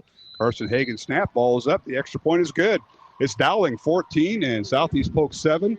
7.5 minutes remaining here in the second quarter, and you're listening to the Class 5A football playoffs from Southeast Polk High School here on the Iowa Catholic Radio Network. Amazon Smile is a simple way to support Iowa Catholic Radio. When you are shopping on Amazon, consider shopping through Amazon Smile instead. You get all the same great deals, and your order will also help support Iowa Catholic Radio. All you need to do is choose Iowa Catholic Radio as your nonprofit to support when you first log in, and Amazon will do the rest. Every Amazon Smile order you make, Amazon will donate to Iowa Catholic Radio. Support Iowa Catholic Radio while you shop at smile.amazon.com. And thank you for supporting Iowa Catholic Radio. Has anyone ever told you to pray about it and left you thinking, okay, but how? First, invite the Holy Spirit to be with you as you talk to God. Think about what is going on in your heart and mind. Be honest. Acknowledge to God what you're thinking, feeling, and desiring, because He wants you, the real you. Then tell him about what you're experiencing and entrust that to him. Finally, let the Father love us. Ask yourself, how is God loving me right now? He is loving always. Sometimes we need to stop and think of our blessings, because that is where we can find God.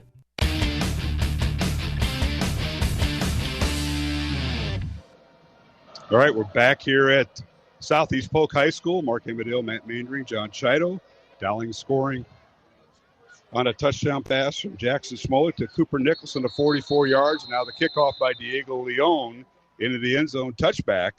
And it'll be 1st and 10 Southeast Polk from their own 20-yard line as Dowling goes 5 plays, 56 yards, capped off by the touchdown pass. Jackson Smollett, his second touchdown of the night, and this time to Cooper Nicholson. John Chido, talk about what's going on the Dowling sideline over there. Pretty happy group right now. Yeah, it's definitely playoff atmosphere, and that's going to get guys excited, definitely. When you have Cooper Nicholson one-on-one with the linebackers, that's a great advantage. And it was just a straight go route. More attention was paid over Carson Brown, and the receiver set to the opposite side that they had one-on-one coverage with Cooper. And once again, Jackson threw a ball that hit Cooper Nicholson right in stride. Yes, he did. And, Matt, let's see how this transfers over to the Dowling defense. That excitement on the offense now has got to be pretty good for the Dowling defense. Back to throw is Daly. Fires over the middle. It's caught by Samba. First down from his own 20. Moves it up to the 36-yard line. A gain of 16. I'll tell you what, Daly stayed in that pocket to the last minute and found Samba coming from the right side. He did. And Kellen Shimon on the tackle, I believe with Blake Anderson in there as they found Samba over the middle. And now you see them pick up the tempo a little bit here. They got Wildcat right now. They've got Wampa at the quarterback position. Yep, that's we've seen that throughout the year. And he's going to keep the football as Wampa turns the corner and he's hit and drop right at the 40-yard line. So he'll pick up 4 yards out of the Wildcat, and Daly will return on the next series. And Pettis on the bottom of that and chased him down and drug him down. And you're not going to outrun Jalen on that play. Even Wampa's going to have a tough time there. That's a good match. It's been a tremendous game, and now Wampa will stay in and play slot receiver to the left as he and Quint Christensen are split out wide left. The quarterback is Jackson Daly back in after sitting out a play. Rams bring a tight end in. That's Jordan Mitchell, number 84. 14-7 Dowling, 6.5 minutes remaining here in the second quarter. On play action, back to throw. The ball is nearly intercepted, and now penalty flag out. And that was a bullet pass to Wampa and almost intercepted by the Maroons, and now a penalty called on the play. The Southeast Polk had 2 offensive linemen about 5 yards downfield when that ball was turned loose. And so I believe that's what the call is going to be, is great breakup back there. Was that Shimon who broke that up? John, did you see that? Who the defender was for the Maroons? I thought. Yeah, it was Blake Anderson. Blake Anderson. Okay. And we'll get the call here from Dave Rittman. On the offense, number 58. That penalty is declined. 3rd down. So you heard Dave Rittman, our referee tonight, saying Dowling declining the penalty. So we'll bring up 3rd down for Southeast Polk. 3rd and about 7 from the 40-yard line. And you see, Ankeny has not been, Southeast Polk has not been behind since the Ankeny game, at least very much. And so seeing this pressure, I'm going to see how they react as they move forward. Yeah, and now they have 2 receivers split out wide left. Polk going against the wind. Back to throw is Daly, fires it near side. The pass is caught by Samba, and he puts his head down, and he's going to be shy of the first down. They're going to spot him down right at the 45. Yeah, he needs to get to the 46, Matt. Yeah, he's going to be shy of the first down. This is that right foot, left foot spot. Oh, let's see what they do here. So the officials say he stayed in bounds. They keep the clock moving. They're going to have him short. And the play clock is down to 20, so they've already they've got him a yard short, so it's a big yard short. Rams keep their offense on the field. They put Wampa in the slot right. They move the tight end to the left side. Under center is Daly. Let's see if it's a long count. No, he's going to go for it. Penalty flag down, 1st down. Jackson Daly over the right side on a quarterback sneak. They're going to call Dowling lining up off sides, and that'll be a 5-yard penalty. Yeah, 5-yard penalty in the 1st down. So 1st down, Southeast Polk. I want to remind you our game tonight. We want to thank Ashworth Vision, along with Construction Professionals, Dental Associates, and Kemen.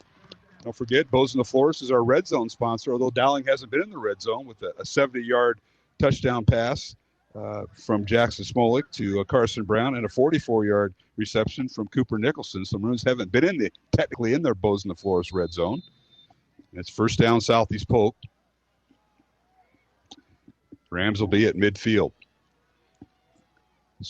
And Jackson Daly at quarterback. Fakes the handoff, looks left, throws left towards the end zone. He's got Wampa wide open, brought down inside the 5, and then he drops the football. They're going to say he's down. They're going to say he's down. They're going to say the ball, the ground caused the fumble there at the end. And he had possession before. Yeah, great play there to get him drugged down, but Wampa got behind the defense, and Daly threw it right on his hands, and so just about even there. 47-yard reception that time for Xavier Wampa. Nice throw that time from Jackson Daly. He had time, and the left-hander hit Wampa, and Maroons saved the touchdown with the late tackle. So it's first and goal, Southeast Polk from the 3. Daly out of the shotgun. He's got Samba to his right at tailback. The give is to Sampa, and he breaks the tackle, and he goes towards the end zone. Did he get in? Touchdown. Touchdown, Samba, and that is his second touchdown of the night. And this one from 3 yards like the other one. It did, and we had Pettis had a shot at him in the backfield, and Sampa just was able to break through. Samba was able to break through that and score. Yeah. All right, 5:10 remaining here in the first half, and Southeast Polk 1 point away from the tie as the extra point now attempted, and the ball is down. The kick is up, and it is good. Josh Wilson with the extra point. So we're tied at 14, Dowling and Southeast Polk. 5:10 left here in the second quarter. Back with the kickoff in 1 minute here on the Iowa Catholic Radio Network.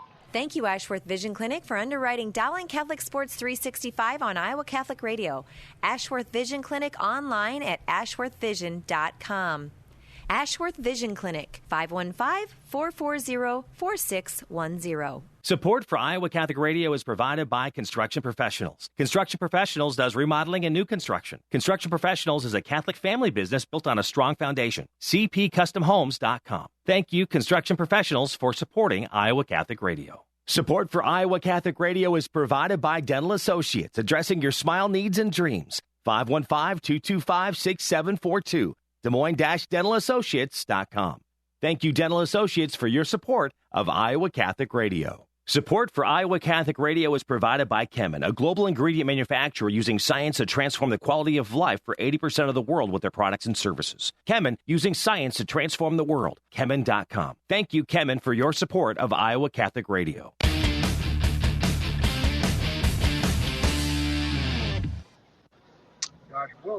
And we're back here at Southeast Polk High School. Mark Emmerdale alongside Matt Mandry. John Chido. We'll go down to John after the kickoff as Southeast Polk goes 6 plays, 80 yards, capped off by Abu Sama's 3-yard run. Now here's the kickoff. Jalen Thompson fields it. Short kick by Southeast Polk at the 20. Thompson trying to get outside, and he's going to be spun around and dropped at the 25-yard line. And that is where the Dowling will start its offense, 1st and 10 from their own 25. Let's go down to John Chido on the Dowling sideline. Johnny? That was a great catch by Wampa to create space, and it was a throwback. I think Jackson Daly was looking right and then threw a bomb to Wampa and caught it in stride. And now we've seen big plays, and your playmakers show up and play off football, and they sure have so far tonight. Yeah, no question about it. And we still got a lot of game left. Thank you, John, for that report. First down, Maroons from their own 25-yard line. Smolik at quarterback, and the give is to his tailback. And kind of like walked through everything. Yeah. Looked like things just went in slow motion. It did. And which tailback they give it to? Is that Talent? No, it's CJ. Yeah. CJ Phillip got the handoff, but it's just like everything stopped in slow motion. It's a great description, and it was. Everything was in slow motion there as the line just opened up the seam, and CJ just kind of walked through there. It wasn't a burst. It was movement through there, and a big gain for him, and 2nd and short. Yeah, they'll give him a gain of 6 on the play. Bring it 2nd and 4 here. Smolik back to throw on play action, and he finds his receiver. He had to fall down and catch it, and that was the slot receiver that time. That might be Bliss. It was Andrew Bliss. Yeah, Andrew Bliss on the catch, and it's one of those you're catching it and first down, got to the sticks, move the chains, reload. So 1st and 10, Dowling. The line of scrimmage is their own 35-yard line. 4-yard catch that time for Bliss. Maroons going hurry up. They got Cooper Nicholson split out wide to the left with a Ginniga, a cornerback on him, and Dante Cataldo in at quarterback as they interchange their quarterbacks besides their tailbacks. And Dante goes around right in. They're going to give him gain up to about the 37 for 2-yard gain. Just a little wrinkle that's been added as the season has gone on with Dante Cataldo back there. And you're thinking read option as soon as he comes into the game, and it's still effective as they continue to use that play. And Dante gets a nice little gain out of that. All right, 2nd down and 7 for the Maroons. They're going to give Cataldo a gain of 3. Dowling will use 2 tight ends, and now we've got a timeout called by Dowling. We'll take a break. 3:37 remaining in the first half, and it's Dowling 14, Southeast Polk 14 from Southeast Polk High School. You're listening to the Class 5A football playoffs on the Iowa Catholic Radio Network. Support for Iowa Catholic Radio comes from Mercy One, your expert circle of personalized care for all your health needs. With more care locations than anyone, your best life is their one purpose. Find your doctor at mercy1.org. Support for Iowa Catholic Radio is provided by Skeffington's Formal Wear, in business since 1951, with locations in Des Moines, West Des Moines, Davenport, Coralville, and Ankeny. Skeffington's Formal Wear, fitting you for life celebrations. Online at skeffingtons.com. Support for Iowa Catholic Radio is provided by CTO. What great news for donors to the Catholic Tuition Organization. You now receive 75%. Yes, 75% of your donation back in Iowa tax credits beginning January 1st of this year. Your support has helped thousands of students attend our Catholic schools. Best gift ever. Online, ctoiowa.org. At CTO, the bottom line, it's for the kids and their future.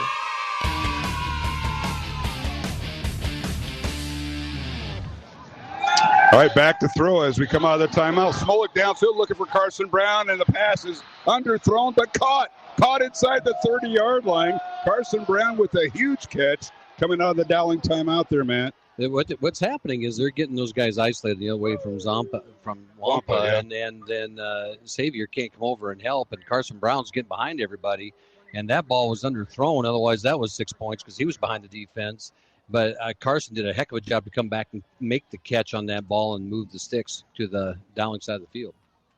A 36-yard reception that time by Carson Brown. First down Dowling at the Southeast Polk 27. Back to throw is Smolik. He fires out. Carson Brown with the catch inside the 10 on the quick slant, and he's down to the 5, maybe the 6-yard line. It'll be 1st and goal Dowling. That quick hitter off that 5-wide spread, the middle guy in that trips formation, and he's just hitting him as soon as he turns around, and I couldn't tell who came up and tried to make the play. Johnny would, and Carson ran right by him after the catch, and quick movement down the field for the Maroons. And it's a 36-yard catch and now a 20-yard reception by Carson Brown from Jackson Smolik. Maroons will go pistol formation, 1st and goal at the 7 of Southeast Polk. We're tied at 14. And Cataldo in there at quarterback, and they give us to the tailback, and he dives to the 5-yard line for a gain of 2. Nice gain right there on that is that stacked backfield out of that pistol. I believe that was Cam Middleton in there. And, a strong run inside, get positive yards, and the ball's down to the 4-yard line. Cataldo stays in the game. Yeah, I see that. Maroons are going to go tight formation here, 2 tight ends, pistol formation in the backfield. They bring in the fullback, and that is Cale Gokenauer. Here's Cataldo. He slaps the ground, gives it to the tailback, and over right guard and tackle, and leaning forward and maybe a yard down to the 4-yard line. Tough going against that big Southeast Polk front. It is a tough go against that Southeast Polk front, and it's going to be even tougher as Caden Proctor comes into the game on 3rd down here to line up on defense for that Southeast Polk interior. Well, the Maroons must have a play. It's 4th and goal at the 4-yard line. Actually, third down. Clock's third wrong. Down. Okay, yeah, so they third just down. fixed it. 3rd and goal. And Smolik's back in the ball again. Maroons will send one receiver to the left of the formation. Dowling going right to left towards the north end zone. Here's Smolik out of the shotgun, back to throw. Looks right, throws right. The pass is caught. Did he get in? No signal yet. Down at the 1-yard line is where the receiver fell down. Caleb Chabuhar for Southeast Polk laid a lick on him. I believe that was Cale Kokenauer, wasn't it, on the catch there? Go. Johnny, who was it? Yeah, it's C.J. Phillip. I thought it was Cale at first, too. Yeah. Phillip with the reception. No, it was Cale Gokenauer. Yeah. You were right. Cale Kokenauer out of the backfield from that fullback spot, slips out into the flats. It's harder than heck to cover, and he gets down to the 1-yard line. So here you are, 4th and 1. Now it's 4th down. Now it's 4th down. And 58 seconds, the game clock winds down. I think Coach Wilson's going to take the the play clock all the way down. It's inside the 5-second mark, and he calls timeout. So we'll keep it here. 49 seconds remaining in the first half. Both teams with timeouts left. Southeast Polk has 2 remaining. Dowling has 1 after they just burned a timeout. We're tied at 14, and the Maroons now with the 4th and goal. Matt Mandring on the 1-yard line. Well, you have a number of plays right now as a coach that you look at in that 4th and 1 situation. Either you got some that have a little bit of a wrinkle with them. It could be a little trick play of some sort, something a little sneaky, or you have something you feel like is a go-to play that you can get a yard whenever you need it. And, Johnny could probably give us some from the sideline there, but you got to think it's going to be Smolik. You give him some options in there and see what happens. Yeah, I think you're absolutely right. I think 2 things here. I think you're going to spread them out, and maybe you'll see Jackson run the football. We haven't seen that all year. Or throw a little kind of a pick route. Or you're going to line up in tight and try to pound the football in between the tackle. It hasn't worked so far to this point. I think you're going to go more of a spread look, but. And I don't see Cataldo coming into the game here, but you never know. It could be him coming in and giving you that dual threat situation and him being able to throw the ball. Well, what a finish. It is, Dante. Yeah, what a finish this would be at the end more of I thought about it, I thought that half. might be it. Tonight's game sponsored by Mercy. Mercy One, Catholic Tuition Organization, Skeffington's Formal Wear, and Northwest Bank. The Maroons now in the Bozeman Flores red zone. Say more with Bozeman, 515-244-ROSE. Dante Cataldo in at quarterback, pistol formation, double tight end set. No receivers here. 4th and goal from the 1. They give it to Cam Middleton. He lunges for the end zone. Did he get in? No signal yet. No signal. He's in. And referees converge, and they're going to give it to Southeast Polk. Didn't cross the goal line. The ball did not, and it'll be Southeast Polk football inside the 1-yard line. Tough break for the Maroons. Well, a good stand there by Southeast Polk as they go right at Proctor and company right up the middle of Cam with Cam Middleton, and that ball is literally an inch short of the goal line. And now they're backed up with 50 or 43 seconds left and trying to get him stopped up here. Yeah, tough break. Johnny, you were down on the goal line there, and that was a great defensive stand by the Southeast Polk Rams. Yeah, I mean, that is tough. It was a tough call. I mean, it was a great defensive stand by that defensive lineman there. I thought it first initially it looked like Dowling had good push, but defensive line came up and stopped him just short of that goal line. All right, it'll be 1st and 10. Southeast Polk from inside the 1-yard line. Rams now with 1 receiver split out a mile away, and that is the young man who's injured. That was Titus Christian. He'll split out wide right.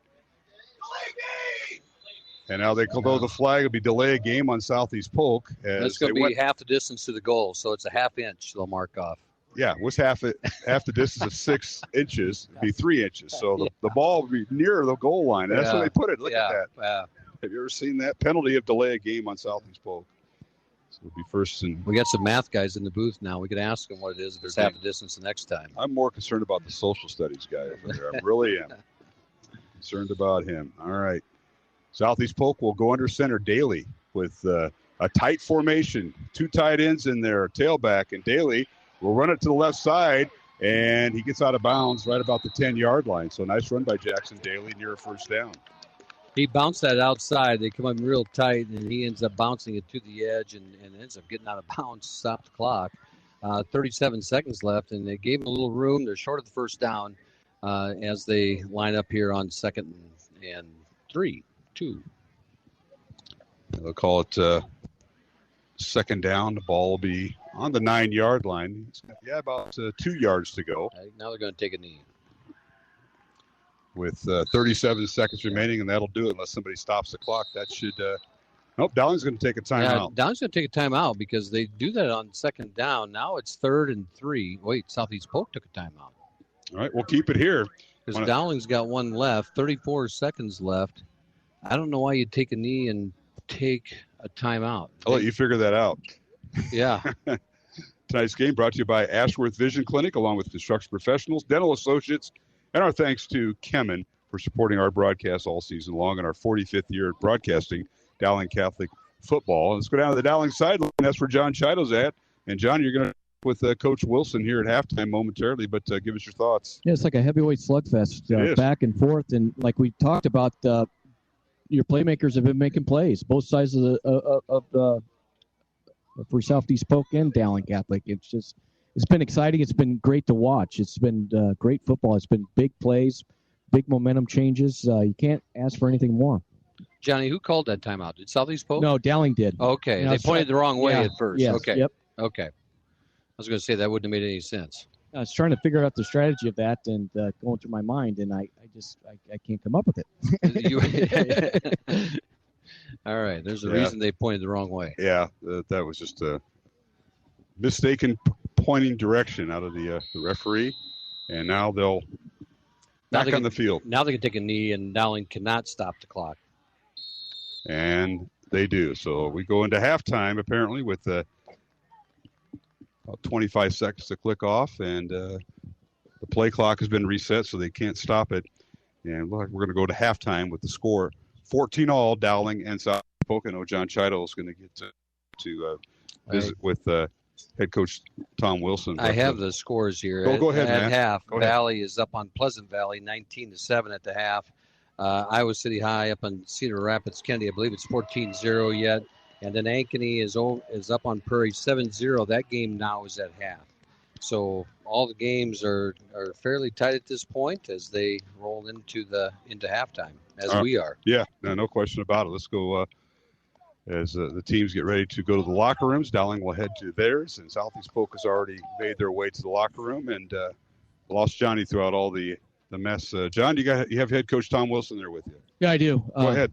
Coach, it's like a heavyweight slugfest back and forth. Both teams, big plays. Your thoughts so far? Yeah, it's a great game. We've both had big plays.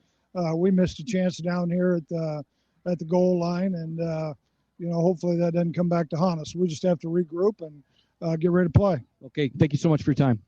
All right, John Chido with head coach Tom Wilson.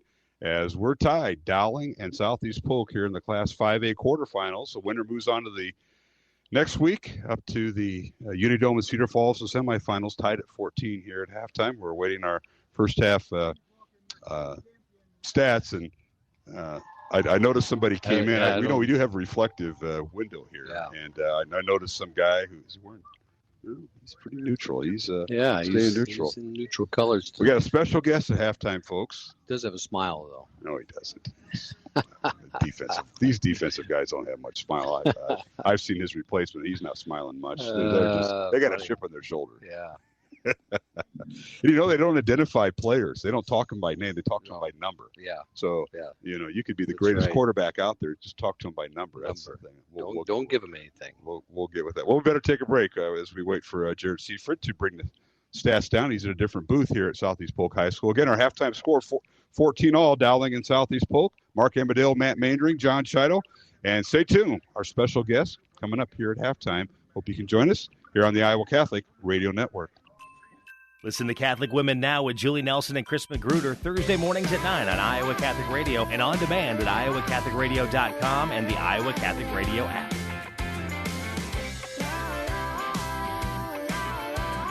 Support for Iowa Catholic Radio provided by Northwest Bank. Commitment you can bank on. Northwest Bank is a community bank serving Iowa and Nebraska. NW.BANK. Thank you, Northwest Bank, for supporting Iowa Catholic Radio. Did you know you have a choice in your child's education? Smaller class sizes, dedicated teachers, a sense of community, and a caring learning environment. Whether it's in the classroom or at home, Diocese of Des Moines Catholic Schools deliver the best value in education, and we offer tuition assistance to help you afford it. Learn more about how the Catholic schools in the Des Moines Diocese might be the right choice for your child. Visit dmdiocese.org/schools. Listener-supported Iowa Catholic Radio, 1150 AM KWKY Des Moines, 94.5 FM K233BT Des Moines, 88.5 FM KIHS Adel, 90.9 FM KLOX Creston.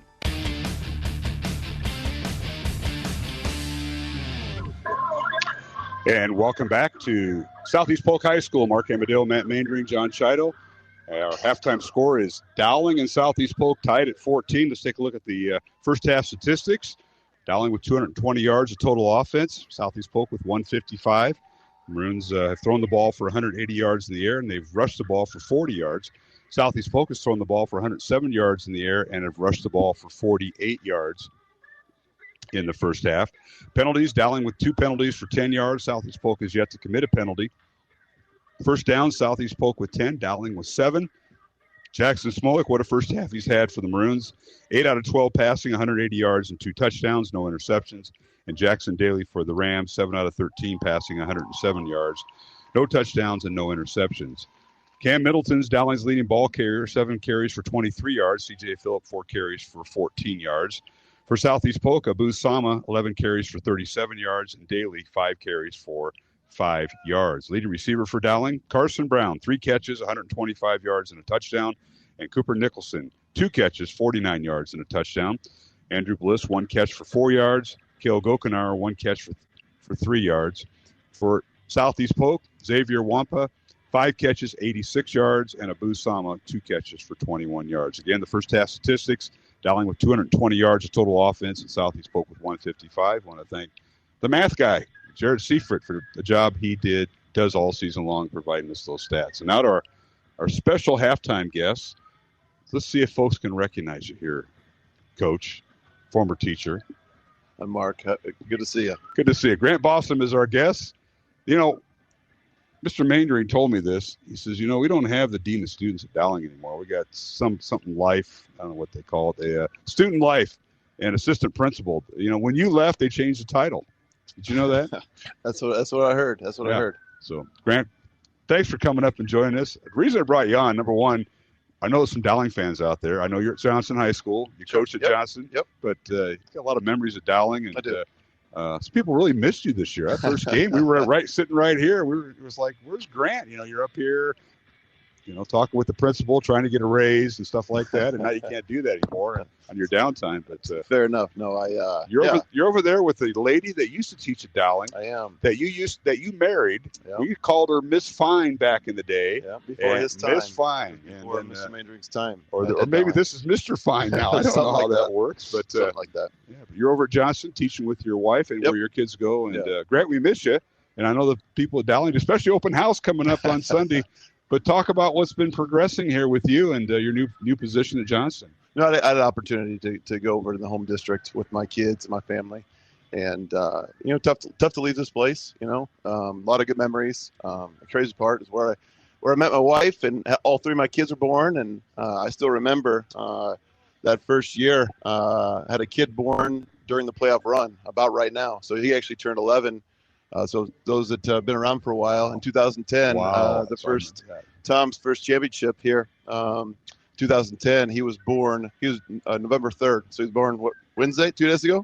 So that was the crazy week where we beat Dowling on a Monday. I actually beat Valley on a Monday, and then had a baby on a Wednesday, and then went to a game on Friday. I didn't really know what was going to happen, but we beat Ames and on our way to some really special kids and Tom's first state championship at Dowling. Yeah.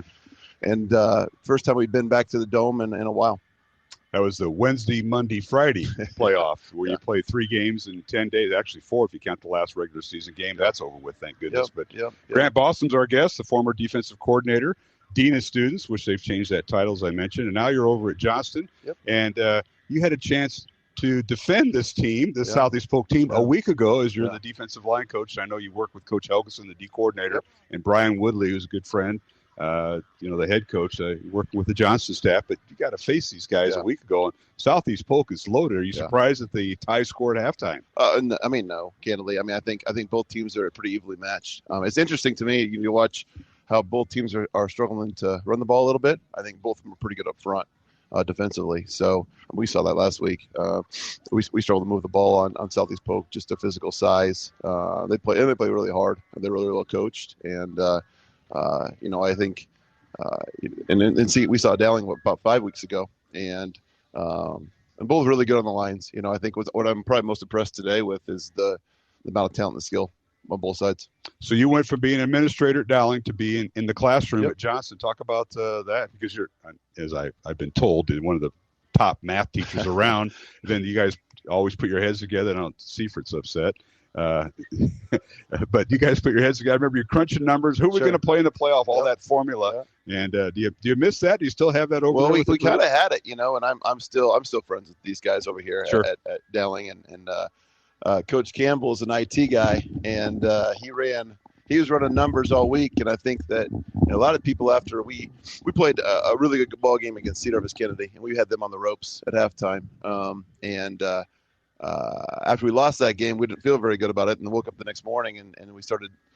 Some people started running some numbers and some conversations. Helgeson actually has some friends that still with Pizzetti's at Centennial. They thought they had a chance to be in, and they thought we had a chance to be in. So all of a sudden, I tried to run some numbers. I'm not that good at it anymore. I'm pretty rusty at the classroom. It took me a little bit to get back going, but really proud of our kids having an opportunity to play, have another game. And it didn't go how we wanted, but I think we're really, really hopeful to continue to build on what we started this year. Yeah, and then, as you run through that adversity in the first part of the year, how do you talk to kids all year long and try to overcome that. And all of us that have been in coaching long enough have been through those seasons, kind of walk us through those things as you're encouraging kids and being a motivator. And as I remember you being around in our building and everything else, that's one thing you were really good at. Yeah, I mean, I guess I think the kids kind of feed off the passion you show, whether it be in the classroom or as administrator, as a coach. And we got hurt early, and I think we had a lot of young kids trying to play, and we showed some real good signs. It just we're inexperienced, and that's the beauty of both these two teams. These two teams are ready to go deep in the playoffs because of the depth, right? Because of where they're at, and that's our hope here in the next year or two to make that run. The thing is, we'll talk about the classroom for a little bit for you. How has that adjustment gone into the classroom? As I tell people, they're both work. The administrator and teacher are both work. It's just a different kind of work. Yeah, I mean, it's an opportunity to build probably deeper relationships with kids. I think, as I would tell you, I'll tell you this just because we work together, right? Being a teacher, I think, is more work, right? The stress level of being an administrator is a little higher, but my kid's getting a little older, and it just is an opportunity to kind of balance out life, and maybe we'll jump back into it someday with administration. But I think right now it's been a good change. I'll miss anytime you leave a good place. You miss people. You miss. I don't necessarily miss the long weekends sometimes and the long nights, but. You hopefully left it in a better place, Yeah, well, and you did. How many dances are you going to do this year? I think I'm signed up. You do have one. Yeah, we got lined up for something. So I'm guessing my role will be a little different than it is here on Dowling. Yeah. Well, let's talk about this. How many sports are you coaching now? You coach your kids. No, you coach your kids. Though. Yeah. So, I mean, how many? You get a little more opportunity to do that. I do. With the wintertime, helping out with some basketball a little bit and some baseball and. Going to watch football, and it's fun. It's fun, and you hope. I don't know what the boys will play. I got 3 kids. My daughter is awesome. Elena's awesome, but she's kind of stayed away from the sports scene, and the boys tend to love it. Mm-hmm. Kellen's the one we talked about earlier. He's 11, and he's deep into. Right now, football just ended and basketball just started up, and it's an opportunity for him to play with his buddies, and then shoot Kemper, the little one. So he's 8. Kemper had a week in the fall that he was actually in 3 sports in the same week. Yeah. So he played football on the weekend. He had a basketball practice in his last baseball game. So thank goodness it wasn't too cold outside. So, but they're active, they're busy, and I don't know what they'll end up doing. And I just hope they have fun. And I think it's kind of important about being part of a team and learning some skills. And I'm pretty realistic. What kind of DNA I got? That we're not producing. We were looking for that statue though. We went back to Marshalltown a couple years. We were looking for that statue at Marshalltown. Yeah.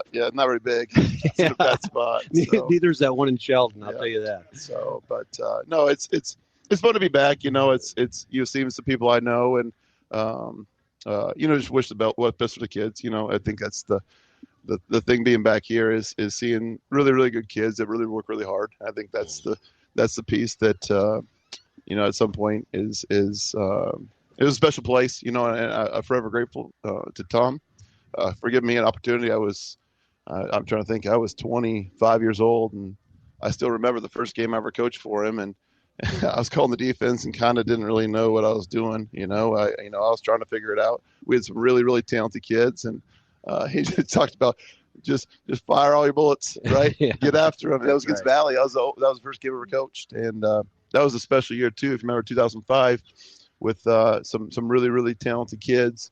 We weren't very deep, We made a real run to the semis, and Valley nipped us, and that was the middle of Valley's big run. And yeah, some really, really good memories. How do you see this playing out? You can say this now since you're out of it. As you see the 8 teams that are left, it's a pretty balanced 8 teams, and it's as the scores are coming in tonight. How do you see this kind of? We didn't see everybody this year, but I think the parity is there, which I think is really, really good for high school football. If one team beats everybody by 3 touchdowns, I'm sure that anybody that got Dowling in the early rounds wasn't very excited about it. Polk's the number 1 seed, and you see them in the second round. So, I think this ball game is this third quarter is going to be really pivotal, right? I think we always talk about the middle 8, middle 6. As people different things, and I think it's I guess I'm sure coaches on the defensive staff will get them going and talk about we got to make a stop right away and get good field position and go from there. So there's I remember old Jackson when he's a freshman throw the ball around a little bit, Smolik and even last year, right? But his touch is unbelievable. He's putting the ball in the money today, and some receivers really making plays. So it's interesting because Polk for years and years and years was a heavy cover 2 team, and now they're running their man free or cover 3, and with the number 5 running the middle. Yeah. So they caught him on that one play. And you can see it too. That's why they're running. That's why they run these go routes on the outside. They keep whumping in the middle of the field. Yeah, he can go hash to hash on that. So number 5. He's a pretty good. He's a good player. Yeah. So tailback. Actually, we were really impressed last week with the tailback. 23. He's a talent. He's. I think he's just waiting for his moment. Yeah. He's a super talented kid too. So, but. He does. Yeah, we're ready to go. Oh, here. Stay there, Grant. Grant Boston's our guest here at halftime. Mr. Maynard was supposed to mention who's on. That was Matt Maynard, my partner, interviewing you. But Grant, anybody you want to say hello to out in the our radio coverage extends. I know it goes up to Marshall County. Okay. And we didn't find that statue. Matter of fact, we looked real hard before we left town. We gave it an effort. And we thought, well, they've had a lot of, they've had the derecho, they had the tornado, and I thought, well, maybe it just kind of disappeared. They moved it and restored it. Maybe. Where's the Grant Boston statue at in Marshalltown? I think it's a myth. It's an urban legend, Urban legend. Yeah, exactly. She has a shrine there, yeah. Now, the thing is, your replacement, your defensive coordinator now, Jason Campbell, he was also in Marshall County. Did you guys ever play each other in football? No, he's a year older. Funny story, though. My mom taught him. And then we actually didn't even know each other until college. Really? We were on some random bus trip at Buena Vista heading to, I don't even know, a JV game or something. And we started talking. He knew her, and it was just kind of a crazy deal. We became pretty good friends. And when there was an opportunity to get him here, we got him here. And sure. And great coach. The other guys defensively do a fantastic job. I miss those guys. So, Mr. Maynard, that was a BV connection with Tom Wilson, Jason Campbell, Coach Bossum. The BV connection always goes back to haunt me on Friday nights. Yeah, sure. Yeah, exactly. For sure. Grant, I appreciate you taking time to come back up. We miss you. We wish you well at Johnson, except the one time. Fair enough. One time. We'll see you next week. Next year, same schedule. Absolutely. We'll be at Valley. Appreciate it. And best of luck to you and your family. Enjoy coaching your kids. And thanks for all you did at Dowling. I mean that sincerely. Yep. I wish my daughter had the experience to be, she starts there next year. Wow. And I'm sure she'll be great, right? I'm sure she'll be great. She will. There's good staff. By the way, it was you for Tyler Micklow. Micklow took your spot. Right. It was a straight trade, Johnson and Dowling. Had some good close swap. He got some good stuff from Steve Smith. Yeah, Smitty gave some good stuff. We were wondering who the player was to be named later in this trade, and we're still trying to figure that out. But I think Micklow's a pretty good one. He is. All right, Grant, thank you so much, and we'll talk to you down the road, I'm sure. Right. Appreciate it. Good to see you guys. Grant Boston, former defensive coordinator and dean of students at Dowling, visiting with us at halftime. Halftime scores, Dowling 14, Southeast Polk 14. As both teams on the field warming up, Southeast Polk will have the ball first as Dowling will kick off when we return here on the Iowa Catholic Radio Network. This is a Young Catholic Minute. Is the Eucharist really Jesus? Not to demean the faith of others, but actually, if you say you're a Christian, then there's no reason not to believe in the Eucharist. At the Last Supper, Jesus told his apostles, "This is my body." He didn't say, "This is a symbol." And in John 6, when Jesus says, "The bread that I give is my flesh for the life of the world," a lot of people refuse to believe. So what did Jesus do? Did he run after them and say, "Wait, I was just speaking symbolically"? Did he explain what he really meant to his disciples, as he had done nearly every time he told a parable? No. In fact, he asked his apostles if they were going to leave too. Jesus must have been pretty serious about his flesh being real food, if he was willing to part ways with some of his closest friends over the matter. For more Young Catholic Minutes, go to youtube.com/youngcatholic.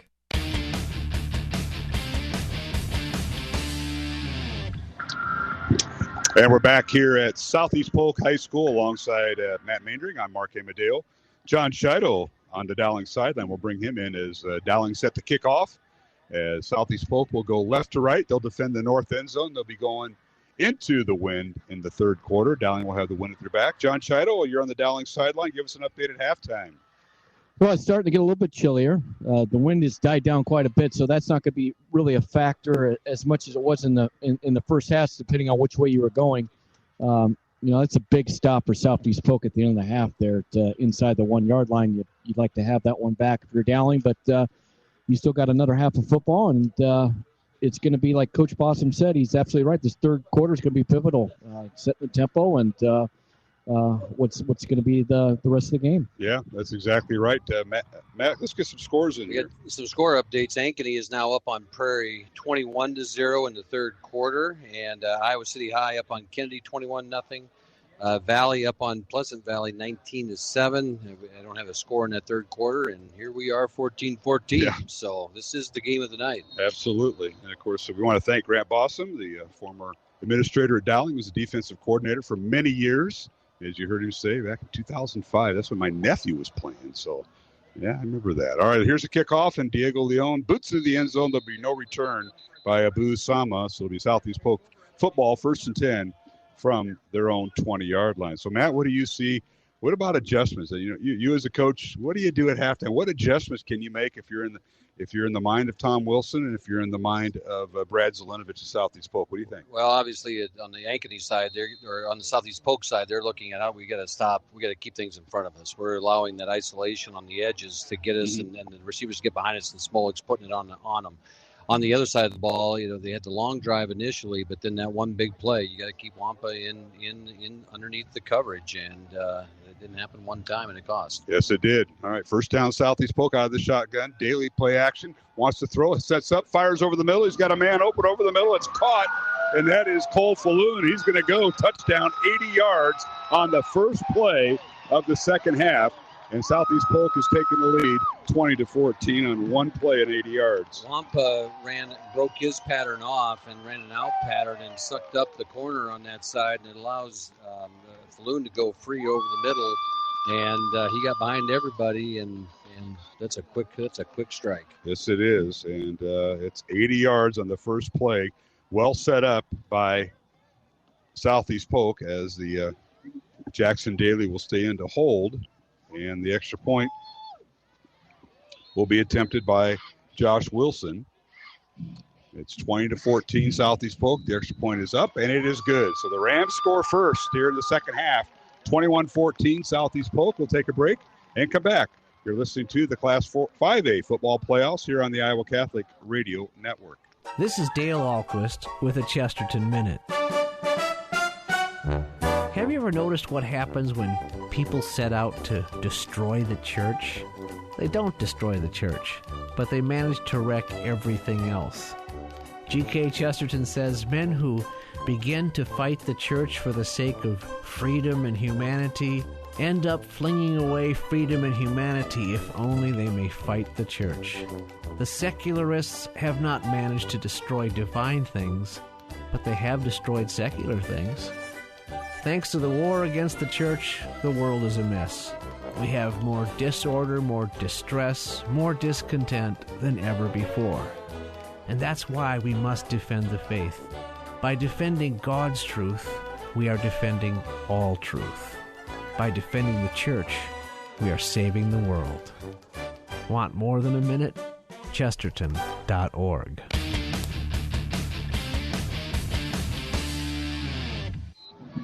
And we're back here at Southeast Polk High School. Mark Amadale, Matt Maindring, John Scheidel. Southeast Polk scores on the first play of the second half. A 80-yard touchdown pass from quarterback Jackson Daly to Cole Falloon. The extra point good. One play, 80 yards, and it's 21-14 Rams.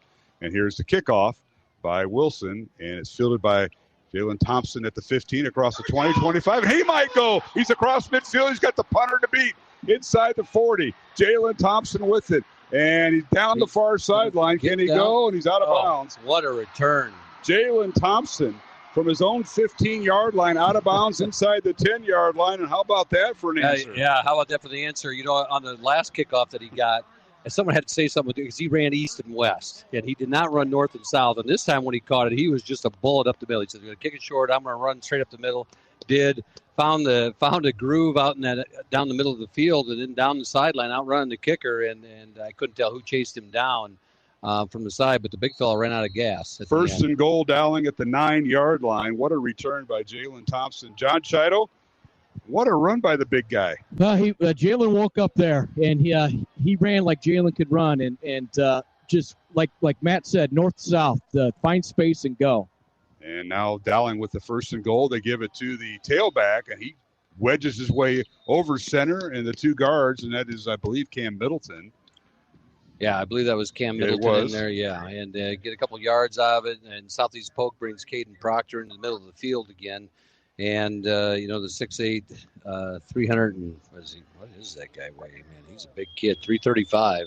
They have him listed as a junior into the middle of the field. That makes it tough to run up that middle. Remember the last time Dowling was in the Bozeman the Florist red zone, the Maroons turned the ball over inside the 1-yard line on a 4th and goal from the 1 and didn't make it. So let's see if the Maroons can turn the tide here. Smolik in, and the give is to Middleton again. He wedges his way inside the 5, and the ball was taken away from him. Picked off by Southeast Polk. They took the ball away from Cam, and that was Draven Woods with the fumble recovery. He stripped it.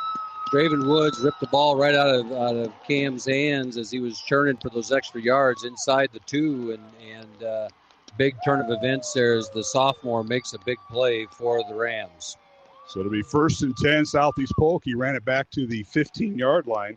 So the Rams will have it deep in their own territory. John Chido, tough break for Dowling Catholic. But Draven Woods, we talked about him in the pregame, he has come to play this year. Yeah, and what a play there. That's twice now inside the red zone that Southeast Polk has come on top with big plays.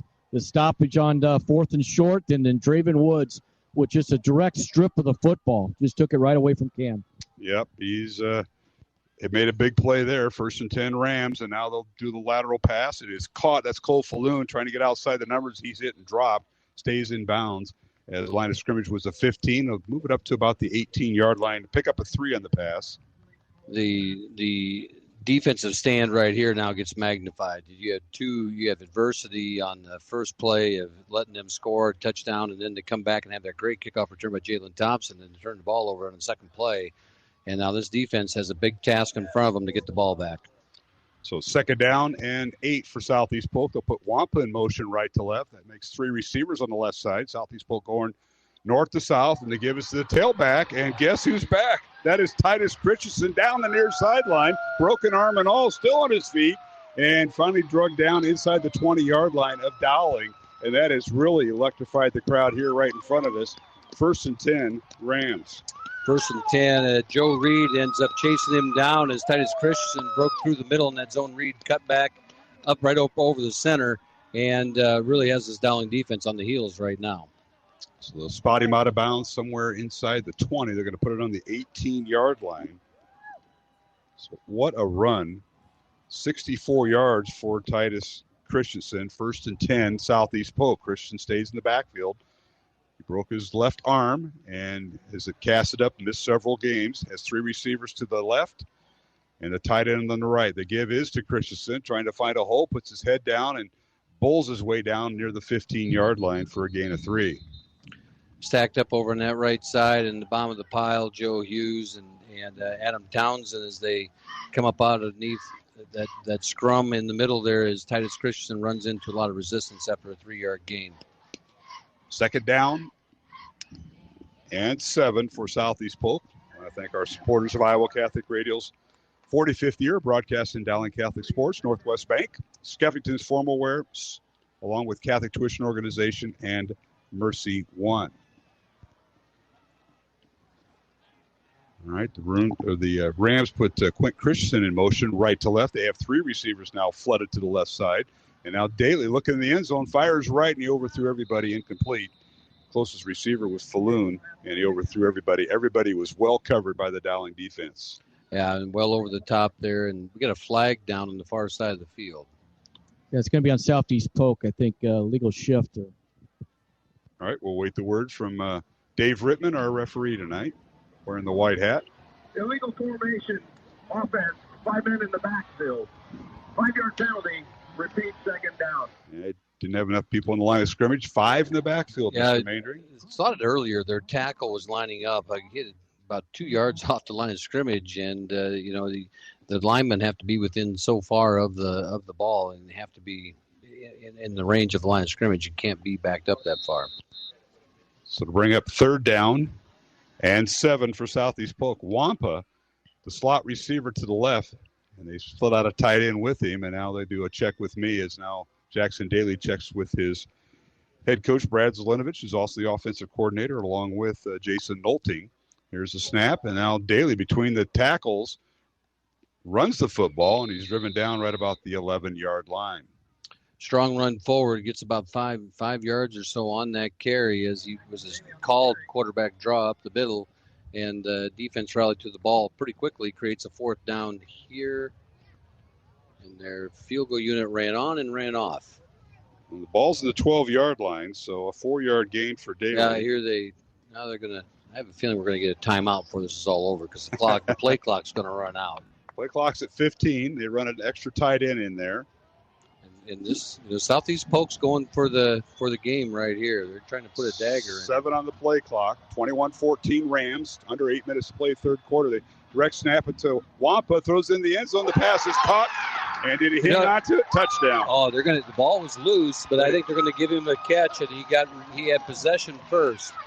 Wampa lined up as a receiver, or as in the backfield, and it was caught in the corner of the end zone. Let's see. They're going to give it to Cole Falloon. So Falloon with the 2nd touchdown of the night. The defender was there, and Wampa threw it up in the air, and Falloon went up and got it. And couldn't tell which defender it was out there in range, but he bobbled it. He caught it long enough, lost control of it, but they gave him the touchdown. Now the extra point is Daly wouldn't be in the hold, and the extra point is up and good by Josh Wilson. So Southeast Polk has extended its lead 28-14 over Dowling with 7:47 remaining 3rd quarter. Back in 1 minute. You're listening to Class 5A football playoffs here on the Iowa Catholic Radio Network. 60 Seconds with Archbishop Fulton J. Sheen. Our blessed Lord considered the 3 possible forms of church government. The democratic would be one in which a majority vote decides, in which everyone has an entirely different opinion of what is to be. The aristocratic is an appeal not so much to the majority or to the masses, but rather an appeal to an aristocracy, a House of Parliament, a Senate, a Congress, a House of Lords. And the theocratic is one in which God chooses one man as he chose Abraham and Isaac and Jacob and Moses, and guides and protects and directs this man. Peter holds the primacy not only of honor, but also of jurisdiction over the church. He is the vicar of Christ. He is the first pontiff. He is the first pope. The people you know and trust are on EWTN.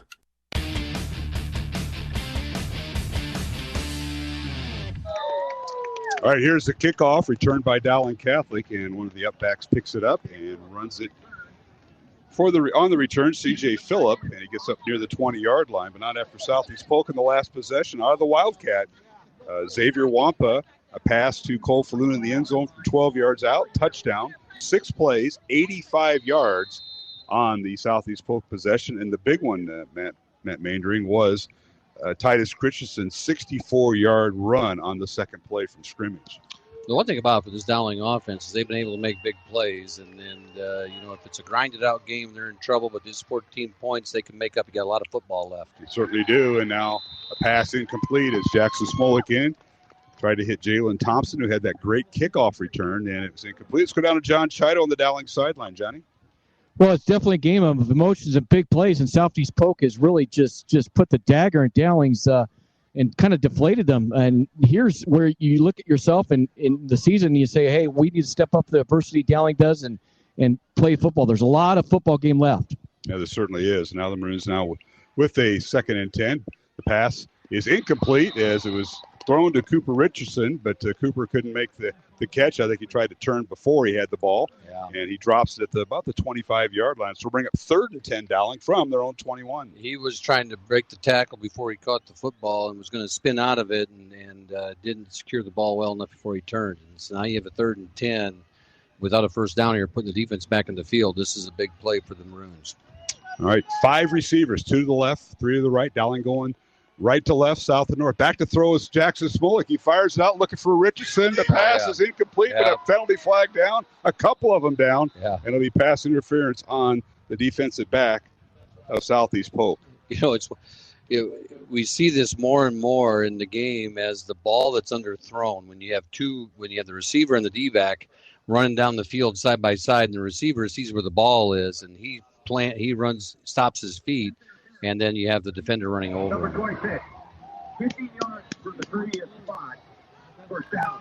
Cole Rogers, who's listed as a outside linebacker for Southeast Polk, guilty of the pass interference. He was matched up with Cooper Nicholson, who we know can run very, very fast. And they've been able to isolate themselves on those linebackers and getting those receivers broken off. And so Wampa's on the other side of the field. Now in high school football, it's a 15-yard penalty. It's not a spot foul. From the line of scrimmage. So it's 1st and 10, Dowling from their own 36. Smolik. This time you'll hand it off. And let's see, is that CJ? It is.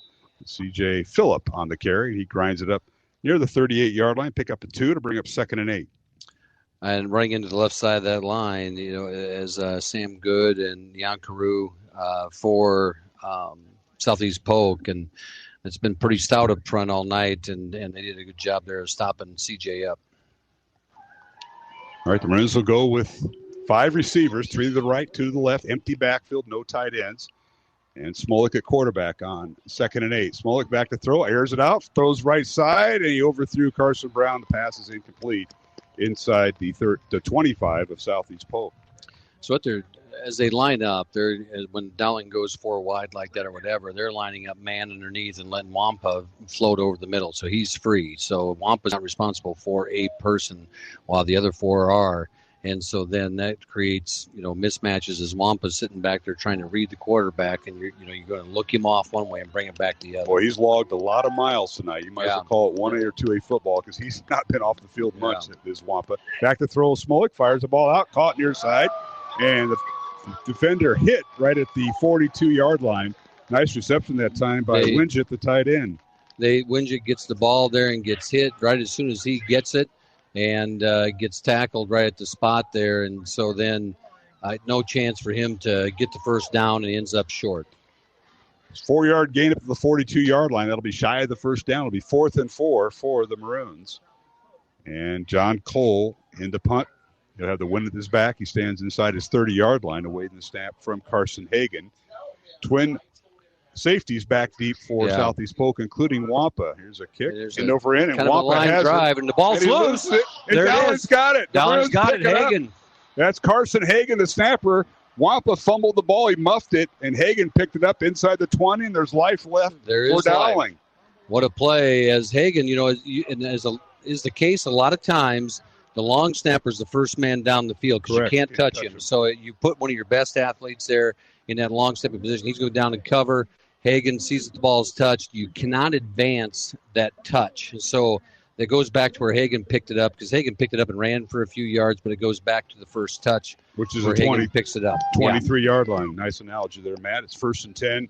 Dowling and John Scheidel, life on the Maroon sideline right now, trailing by 2 touchdowns. This is a big possession. Yeah, Carson Hagan just put an injection of life into this football game for Dowling Catholic. Great field position here, and that's never give up. Keep going, Carson Hagan. Good for him. Yeah, 3 receivers now on first down. The give is to Adam Townsend. Adam looking for a hole, and he kind of goes zigzag and gets inside the 20 down near the 16-yard line. That's a great run. That's a great run by Adam Townsend. And for a young man that doesn't have that many snaps back there, he found some alleys and he was cutting through. He's a senior, doesn't want to go home yet. nicknamed Martinsdale by the coaching staff. That's what happens when you don't play with Coach Chido in the 7th and 8th grade. You come up here and fitting right in. All right. Now we've got a timeout called by Dowling, and Maroons were caught out of alignment, so we'll take a break. 5:22 remaining, third quarter. It's 28-14 Southeast Polk in the lead over Dowling Catholic. Back after these messages here on the Iowa Catholic Radio Network. I lead a pilgrimage to the Holy Land every year, and in Jerusalem, you can walk up the same stairs the Holy Family, Jesus, Mary, and Joseph, walked up to get into the temple. Something striking about those stairs. They're uneven. Some are short, some are long. That's not an accident. The architects designed those stairs so you'd have to be mindful of what you were doing as you approached the dwelling place of God. If you weren't thinking about your steps, you'd trip. When you go to Mass, you're approaching something holier than the Old Testament temple. I know, it's often a mad dash just to get there on time, but try to be mindful of your steps. If you can, show up 5 minutes early to quiet your heart. Do a Google search of the Gospel of the day to read it before you get there, or bring a journal to jot down some thoughts that touched you during the homily. God shows up at every Mass. If you want to get the most out of it, make sure you show up too, not just physically, but mentally and spiritually. This is Chris Stefanik from RealLifeCatholic.com.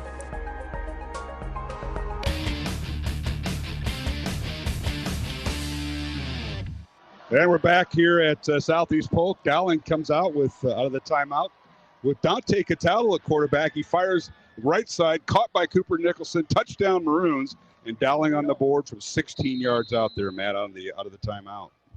And again, here a big play is that muff punt. They've turned it into points. That's a big deal here. Cataldo checked down, and the kick is up and good by Diego Leon. So Dowling now has cut the lead to 7.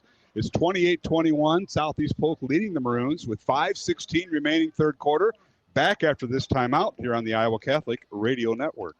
Amazon Smile is a simple way to support Iowa Catholic Radio. When you are shopping on Amazon, consider shopping through Amazon Smile instead. You get all the same great deals, and your order will also help support Iowa Catholic Radio. All you need to do is choose Iowa Catholic Radio as your nonprofit to support when you first log in, and Amazon will do the rest. Every Amazon Smile order you make, Amazon will donate to Iowa Catholic Radio. Support Iowa Catholic Radio while you shop at smile.amazon.com. And thank you for supporting Iowa Catholic Radio.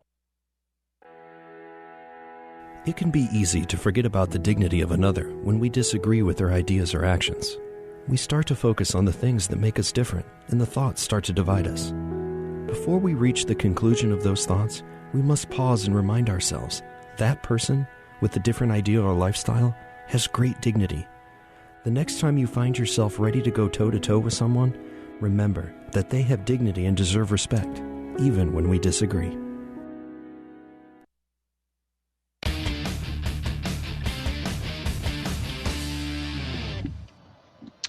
And welcome back to Southeast Polk High School. Dowling on the kickoff, and it's going to be into the end zone touchback. Diego Leon takes advantage of having the wind at his back. It'll be first down Southeast Polk at their own 20-yard lines. But what a drive by the Maroons on that last series as Dowling scoring as Dante Cataldo hooked up with Cooper Nicholson from 16 yards out there, Matt. It was, and Dowling was on the ropes. And another, they just punted, and if Southeast Polk gets the ball back and puts it away, it could put the ball game away. And now we've got a ball game again, and put your seatbelts on. There's a lot of time left even in this third quarter. Absolutely, as Maroons go 8 plays, 79 yards. Pass interference penalty helped tremendously there. And now the handoff, and this is Sama, and he cuts up field, and he picks up near a first down up near the 30-yard line. He started from his 20. Let's go down to the field, and that's where John Chido is at. Johnny? Well, Dante threw that in a tight window, too. It was a runoff route by the number one receiver, Carson Brown, and then Cooper Nicholson on a wheel route. And in between the corner and the safety, and then Cooper Nicholson made a great move to get in the end zone. Certainly did. And it's cut the Polk lead to one touchdown. It's 28-21. Southeast Polk, they have the ball with a first down at their own 30-yard line. Now they'll keep the ball on the ground, and dropped is Daly. I don't know why he decided to keep it. Man, he went right up the gut. He did. He got hit and sandwiched there and may have lost a yard. Let's see.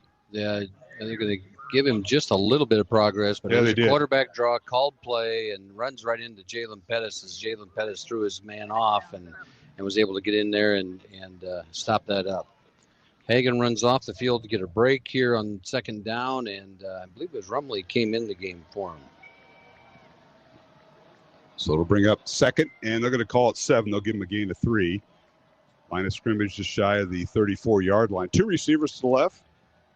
Under 4 minutes remaining here in the third quarter. Southeast Polk 28, Dowling 21. Here's Jackson Daly, fires near side. The ball is tipped and nearly intercepted. It was tipped nicely by the Maroons, and that was Jake Anderson coming around, and one of the backs almost picked it off there, yeah, man. they had that ball tipped right away, and it was a free ball there for a second, and went out of bounds, fortunately, for Southeast Polk, and no one from the Maroons could get on it. But they threw that to the short side of the field. Not a lot of room there, and trying to get that quick hitter out to Falloon.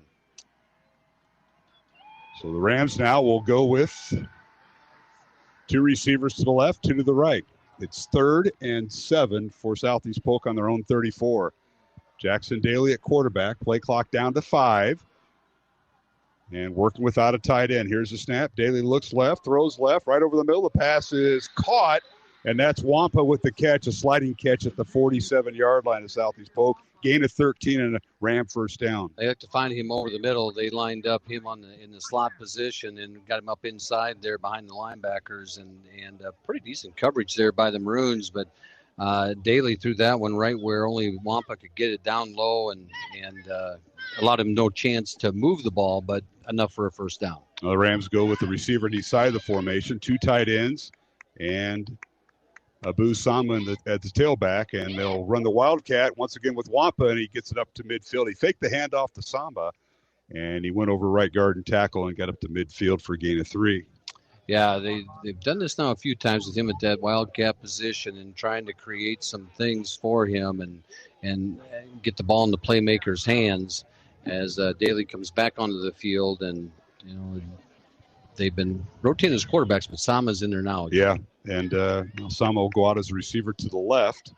1 receiver to the right, 2 tight ends, and Sama in the backfield. Read option, looking this way. The pass is caught by Falloon on the right side. He'll stay in bounds, and he gets into Dowling territory on the reception. Got a Maroon down at I don't know, non-contact. I don't know if it's a cramp out there. Or Coach's staff just said that it's Kellen Shimon on the injury. It was away from the play. I don't know. Yeah, you don't know if he planted and went down. It was kind of a non-contact thing. As the ball on this side is that they are 2 yards short of the first down. And it was the same play that was tipped earlier by the Maroons, and then they completed to Falloon this time. So it'll be 3rd and 2 coming up. The ball will be on the 45-yard line of Dowling as Southeast Polk leads by the score of 28-21. Mark Amadale, Matt Manger. Let's go down to the Dowling sideline. That is where John Chido is at, and that is Kellen Shimon that being helped up right now, Johnny. Yeah, it's a good sign he got up and he's walking off on his own, so that's a great sign for Kellen. It certainly is, and he battled some injury earlier. I do have a score in the season. Go ahead. We got a score update for you now. Iowa City High is only leading Cedar Rapids Kennedy 20-13, so it's a 7-point game right now. As Valley has extended their lead out over Pleasant Valley 33-14 late in the third quarter. All right, here it's 28-21. Southeast Polk leads Dowling. 2 minutes 42 seconds remaining here in the third quarter as Shimon walks off the field. And the Rams now facing a 3rd and 2 from the Dowling 45. They'll send out 2 receivers to the left, 1 to the right. Quarterback is Jackson Daly. He's went the distance tonight. Here's the snap. Toss play left side. That's Sama. Abu Sama trying to get outside, and he's stacked up near the first down marker. And let's see, they're going to give it to him. Yeah, they're going to move chains as the little toss play out to him as he got out there and similar to the play he scored on down here in that end zone early in the game, and as that toss play out to the 2 receivers, and he squirts forward for the first down. So moves the ball down to the Dowling 41 to pick up 4 yards on that little toss play. Daly had it, took a couple steps like he wanted to keep it, then he tossed it to the left, and Sama got the first down. He ran outside left end. 3 receivers to the right, and they give it to Sama left side, and he's stacked up right at the 40-yard line. And maybe a gain of 1 on it. It'll bring up 2nd and 9 for the Rams. Good play there as they ran that ball to the strong side over there. You have Mata, Brua, and Hikas over there getting the stop for the Maroon front. Bring up 2nd and 9 for Dowling Catholic. Tonight's game on the Iowa Catholic Radio Network, brought to you in part by Ashworth Vision, Construction Professionals, Dental Associates, and Kemen. As we're approaching the final minute and a half here in the third quarter. Daly back to throw, 3 receivers right. He fires it out, and the pass is caught by Quint Christensen. And it's a quick slant pattern inside the 35 down to the 33-yard line. Pick up a 7. Blake Anderson on the hit there as he hit him just as he caught the ball, and he did a heck of a job hanging on to that football for the Rams, as it was a big hit right there to keep it going to create third down. So we're approaching the final minute of the third quarter. The Rams now do a check with me on their coaching staff. They don't huddle. Neither does Dowling on the offensive side. 2 receivers right. 1 tight end, and now they move Samba on the right side of the quarterback. Here is Daly with 1 receiver also to the left. Here's the snap. Looking left. He fires left. The pass is led too far, incomplete. Maroons closed in on that really nicely as they tried to hook up with the wide receiver that time on that far sideline, and that was Kyle Sisler.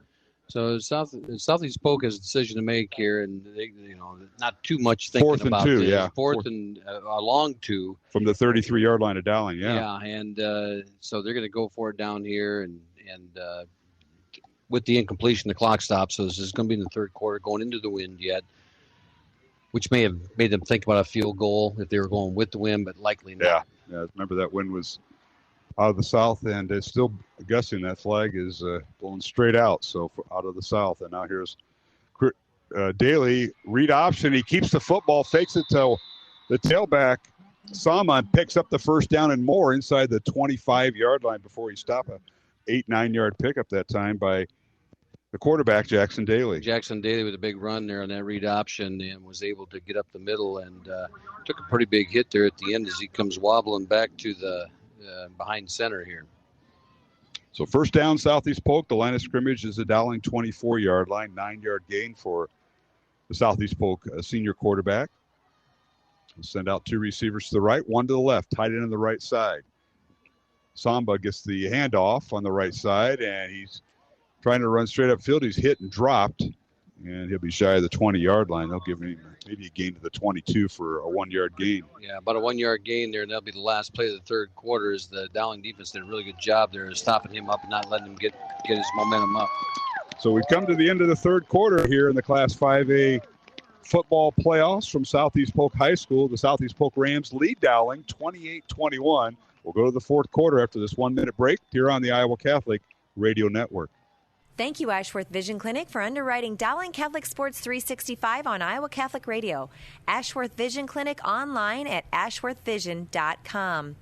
Ashworth Vision Clinic, 515-440-4610. Support for Iowa Catholic Radio is provided by Construction Professionals. Construction Professionals does remodeling and new construction. Construction Professionals is a Catholic family business built on a strong foundation. CPCustomHomes.com. Thank you, Construction Professionals, for supporting Iowa Catholic Radio. Support for Iowa Catholic Radio is provided by Dental Associates, addressing your smile needs and dreams. 515-225-6742. Des Moines-DentalAssociates.com. Thank you, Dental Associates, for your support of Iowa Catholic Radio. Support for Iowa Catholic Radio is provided by Kemen, a global ingredient manufacturer using science to transform the quality of life for 80% of the world with their products and services. Kemen, using science to transform the world. Kemen.com. Thank you, Kemen, for your support of Iowa Catholic Radio.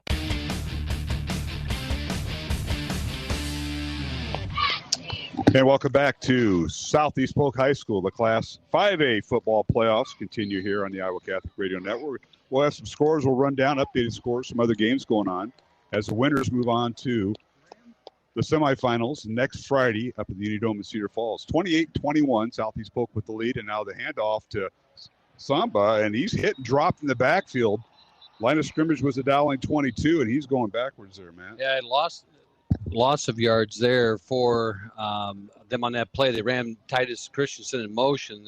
They got all their horses out there on that one. They got Wampa out there. They got Titus Christensen out there. They got Samba out there. And they ran Christensen in motion across formation, handed off Samba.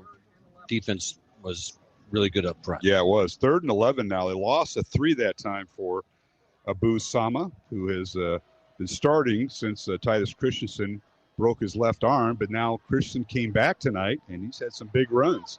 Right now it's 3rd and 11 Southeast Polk. They have the wind at their back. They go right to left, south to north. Back to throw is Daly. Sets up in the pocket, now wants to run, and continues to run. He's drugged down from behind, and he'll be stacked up or taken down inside the 20 at the 18-yard line, gain of 7. Inside the 20, Jalen Pettis, I believe, was the one that was able to run him down and drag him down. So he's about 4 yards short, and they're going to run the field goal unit on this one. Yeah, they certainly are. They're bringing in their field goal kicker, and that's Josh Wilson on the season. Wilson is 7 out of 11 in field goals, and his longest has been 41 yards, and he's going to try a 35-yard field goal here.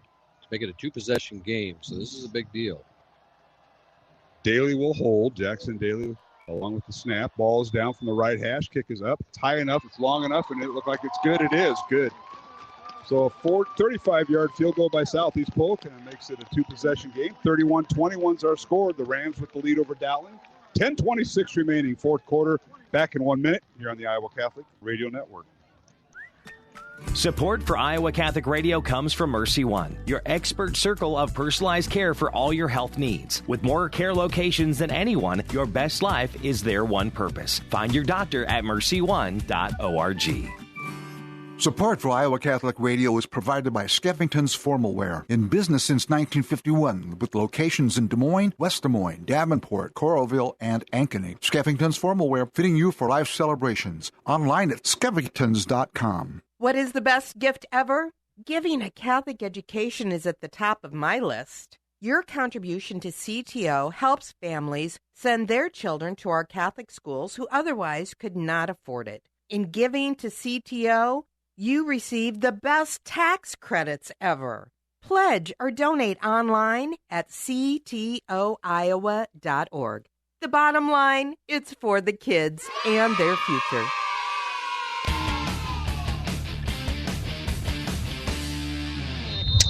And we're back here at Southeast Polk High School, the Class 5A football playoffs. Mark Amadeo, Matt Mandring, John Chido. As Southeast Polk goes 15 plays, 80 yards, capped off by a Josh Wilson 35-yard field goal for the Rams to put the Southeast Polk team up 10. Here's the kickoff, fielded by Dowling at the 5-yard line. And this is C.J. Phillip on the return across the 20. He's hit and dropped shy of the 25-yard line. And that's where the Maroons will start their offense. 1st and 10 from right around the 25. Let's go down to John Chido. Johnny, we haven't heard from you in a while. Yeah, it was a good stop by Dowling Catholic to hold them to a field goal there, and the momentum has been on Dowling's offensive side here. Now they need to put another drive together and just take it bits and pieces at a time. There's plenty of time left in this game, and I think it's going to come down to the end here. The Maroons got a big penalty, then they got a muffed and fumbled punt by Wampa that kept the drive alive, and then Cataldo scored a pass to Cooper Nicholson the last possession. So we'll see what happens here. Smolik back in at quarterback. Now avoids traffic, throws the ball away. Incomplete. He was outside the tackle box, but he had pressure. First time tonight we've seen Southeast Polk with pressure in the Dowling quarterback. Yeah, he had some pressure there out and had it flush to the left side as it was number 10, Sam Good, chasing him down. And, Smolik was forced to get the ball away and did a good job of getting the ball away to make it a 2nd and 10 and not a big loss on that. So Dowling now with, as you mentioned, 2nd and 10 from their own 24, 2 receivers right, 1 to the left.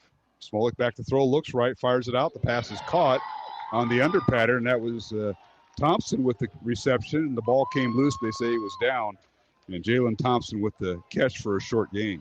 Short gain on that. Jalen Thompson, good catch and good defense there by Southeast Polk as they were able to come up and not allow him to turn up field with that football. So it gets 3 yards out of it, or long 2, and here we are, 3rd and 7. All right, Carson Brown will be split out wide to the right. Dowling will use 2 tight ends, 2 receivers to the left, empty backfield, and Smolik at quarterback. It's 3rd down from the Dowling 27. Back to throw, Smolik being chased out of the backfield. The nose guard's chasing. He fires it out of bounds, incomplete. Closest player over there was Bliss, Andrew Bliss, the senior, and he had to throw it away. But the nose guard for Southeast Polk, that was Obald Neon Carew, chased Smolik from the pocket. Yeah, they ran a stunt up front, and Obald Neon Carew was able to get through there untouched, and Smolik didn't have any time, and Flushdown was lucky enough to get the ball away and to create fourth down, and the punt team's on the field. Yeah, John Cole in the punt. Carson Hagan will do the snapping. Of course, he was a young man who recovered a fumble. And here's the punt into the wind, and it's Samba and Wampa back there. And this is Samba on the return. It crosses midfield from his own 45, and he's hit and dropped out of bounds. Got an injured Dowling player down right at the 45-yard line, and he's slow getting up. So that's where the Rams will take over, 1st and 10 from the Dowling 49. They'll call it as a timeout called for the injury, and it looks like he is going to need some medical attention. John Chido on the Dowling sideline. Give us an update. Yeah, is that Drew? Can't tell. Can't tell with the Southeast Polk players in front of us. I can't tell if it's Jake Anderson or he's these numbers. He's sitting up now. It was a lot of concern early as he was down and in a lot of pain, and now he's sitting up, and they're looking at a leg. That's Jake Anderson. Yeah, they're going to get him up. He's going to walk off the field. Yep, it's Jake Anderson, the junior, on special teams, and that's a good sign, seeing him walk off the field. But Johnny, Dowling defense goes right back on the field. The offense couldn't. They were 3 and out in that last possession. Yeah, it's tough to get something going now. Now, Southeast Polk is pinning their ears back, and they're sending a lot of pressure. And you had a couple of miscommunications with the offensive line up front, and allowed for a guy, I think it was a nose guard for Southeast Polk, to run free and put the initial pressure up front, and then they sent a guy off the edge, and it's tough to avoid not only one but two guys and try to throw the ball to the outside. So it's Dowling's defense here needs to come up and force a 3 and out for Southeast Polk. A turnover or something to get the ball back here, because 2-possession game, Dowling definitely needs to get something going here. Yeah, no question about it, John. The clock is ticking. It's first down Southeast Polk from the Dowling 49, 9:18 remaining here in the fourth quarter. And they give it to the tailback, and knifing through there and tripped up inside the 45 is Titus Christensen back in, and cast and all, and he hit that line of scrimmage going about 50, and Joe Hughes hit him and made the nice tackle on him and stopped him from getting any more than the 4 yards he did. He got it down to the 45-yard line, so we'll bring up 2nd and 6 Southeast Polk. They'll line up 3 receivers. Rams have the wind at their back. They go right to left, south to north here, and they enjoy that 10 to 15 mile an hour wind that's been blowing throughout the game. Southeast Polk with one tight end. He's on the left side with 3 receivers to the right. And here's Christensen again with the handoff, and he bowls his way back to the line of scrimmage and stacked up there nicely that time by the Dowling defense. Joe Hughes making the stop. Good pressure up front, and allowed Joe Hughes to run free and get Christensen before he was able to get ahead of steam going. And here's this big 3rd down play now, Mark. And this is a big one to get the offense back on the field. And the clock continues to run. We're approaching the 8-minute mark. Southeast Polk 31, Dowling 21. Fourth quarter here at Southeast Polk. The winner moves on to the semifinals next week. Rams do a check with me. 10 seconds on the play clock. Wampa split out slot left. We got Christensen in the backfield and 1 receiver to the right. And Daly. Long count to give us to Christensen. He's got some room. He's got the first down and more. He crosses the 40. And inside the 40-yard line, he's dropped right around the Dowling 37. He has such quick first steps. He gets that line of scrimmage in a hurry in an RPO and just accelerates to that line of scrimmage as he's well rested after not logging many miles the last few weeks. Yeah. So it's his arm, not his legs. Yeah, that's right. And he has shaken it off. Tough to play with that cast in the left arm. He's been holding the ball and everything in his right arm, but like you said earlier, Matt, you can't stiff arm. And he just kind of goes down, but he's had a nice game coming off the injury list. So it's 1st and 10, Southeast Polk at the Dowling 37, right in front of us. And they put Wampa in as a halfback to the right of the tackle. They give this to Christensen, and he's hit and stood up right at the line of scrimmage. Noah Seamer from his cornerback position making the stop for no gain. A good rally there for the defense to allow him not to get out there and get any momentum going. Dowling runs Hagan back in. You have Hagan and Cody Hikus in there right now, and also Owen Weber.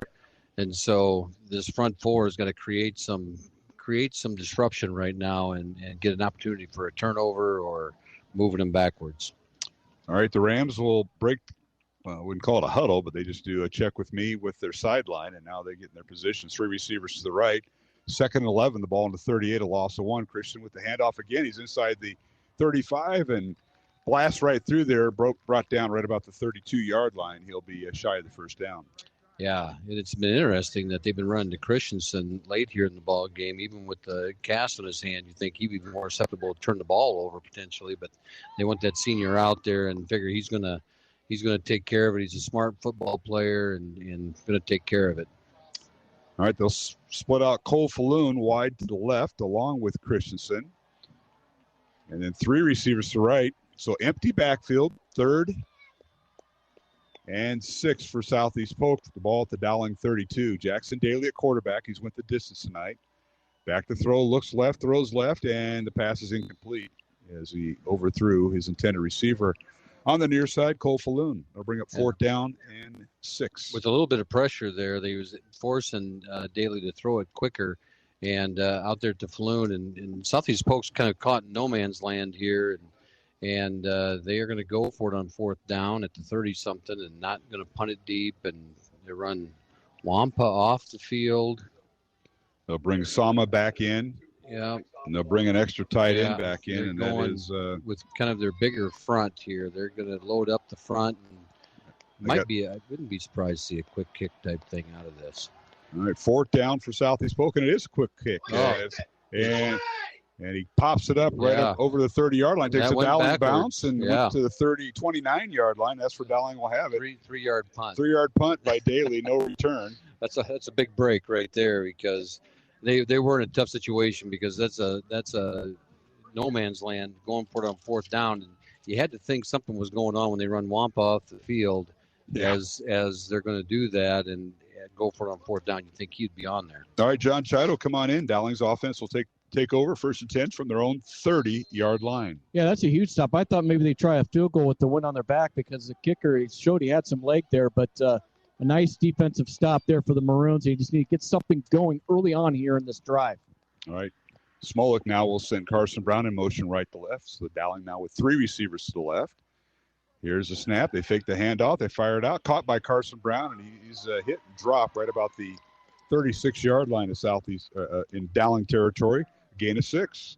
Gain of 6 is they just quick, and it's going to move quick now for the Maroons. They're going to get these plays in, and as they shuffle their alignments here and get up the line of scrimmage and go again. And Carson did a good job of hanging on to the football there. 31-21 our score. Dowling trailing, Southeast Polk. Dowling with the ball.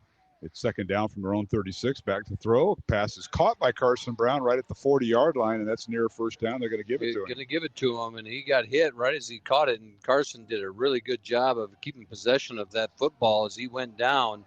And so they, as we said before, they don't measure anything anymore. It's right on the line. Eyeball it and go.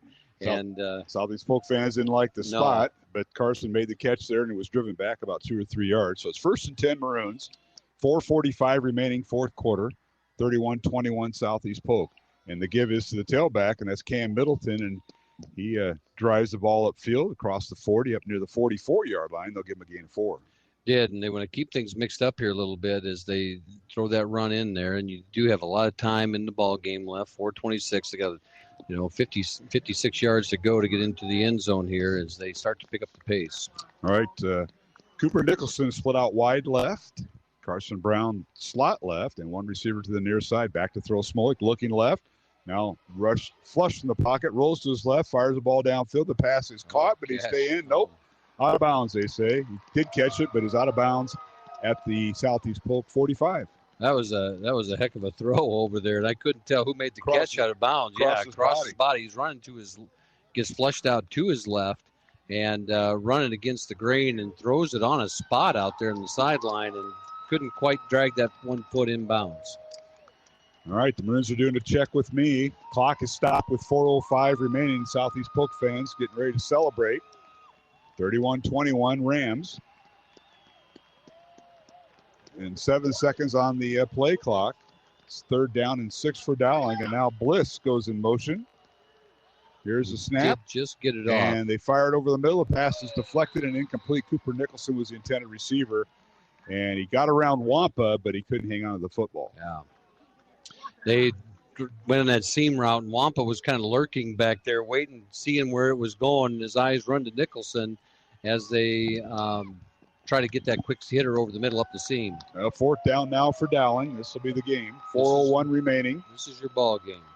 Dowling with 3 receivers left to the right. Empty backfield. Smolik. It's 4th and 6 from the Dowling 44. Here's the snap. Back to throw Smolik. He's being flushed, being chased.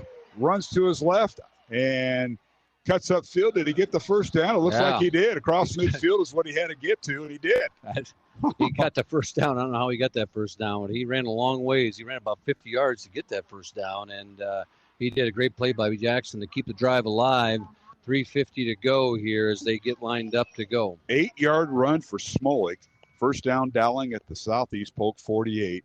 3:40 remaining. Back to throw Smolik on first down. Fires the ball downfield. The pass intercepted. The intended receiver that time was Bo Gamble. And now on the return, here comes Southeast Polk, and that is Andrew Reed with the interception.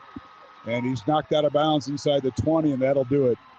3.5 minutes remaining, and Andrew Reed with the dagger as he intercepted the ball, took it about 40 yards into deep in Dowling territory. Yeah, he threw it over the middle there and into a lot of coverage, and Reed stepped up and right to him and makes the easy interception, runs it back, and now this is pretty much an insurmountable thing as Southeast Polk takes the football with 3:27 to go. Rams will have it at the Dowling 15-yard line, and John Chido, that was a tough break for the Maroons as Smolik checked everything off but Andrew Reed. Yeah, right after you see Jackson make a nice play, get the first down, and he had to throw it. He threw it late and had some pressure in his face over the middle, and they dropped 6 guys, I think, right there. And it was a nice play by the defensive back for Southeast Polk. Rams will now go with 2 tight ends, and they'll give it to the one setback, and that is Sama, and he turns the corner. He's going from the Dowling 15 and nicest way, and penalty flags down as Sama went down, and we'll see what this is about. Matt Hanton there on the stop for the Maroons. Let's see where they spot the ball, right around the... I don't know, we got a kid with his helmet off. So we'll wait for Dave Rittman and his crew, a veteran crew tonight here with this contest. We want to thank our supporters of Iowa Catholic Radio. They include Mercy One, Catholic Tuition Organization, Skeffington's Formal Wear, and Northwest Bank. And let's get the penalty call from Dave Rittman. Defense, number 56.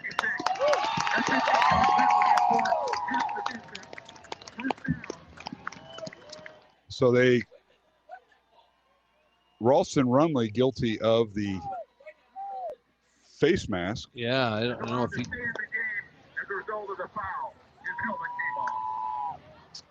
So they have the distance to the goal, and they'll put the ball down inside the 5-yard line. They're going to spot it at the 7-yard line. Rumley and the center were mixing it up, I think, and that's where the face mask came from. It wasn't on the ball carrier, so it was on other offensive linemen. So the penalty against Dowling, half the distance. Sama on the carry. Now the officials getting together. Brian Orocco.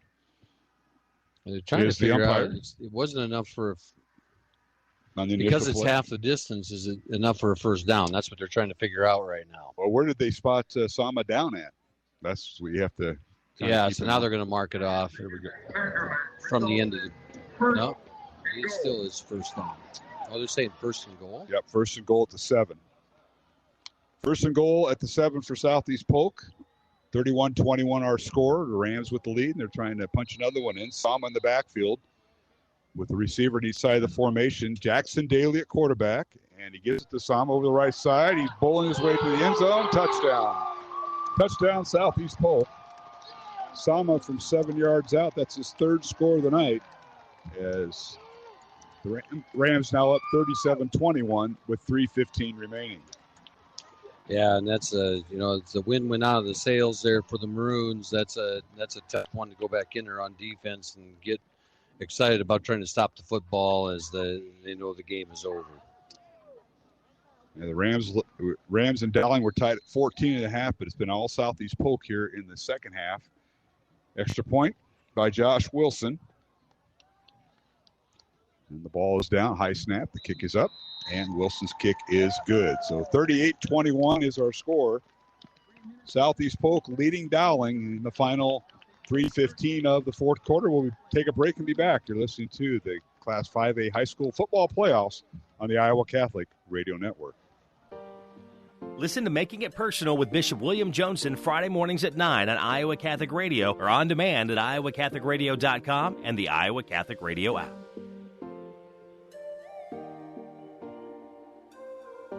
Support for Iowa Catholic Radio provided by Northwest Bank. Commitment you can bank on. Northwest Bank is a community bank serving Iowa and Nebraska. NW.BANK.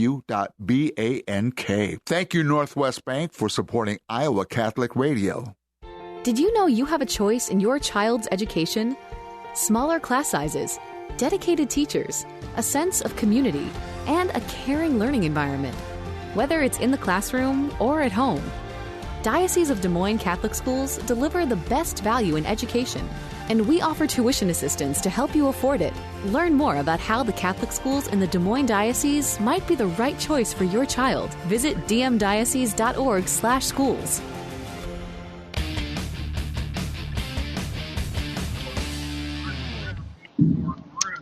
And we're back here at Southeast Polk High School. Mark Emmerdale, Matt Mandring, John Chido.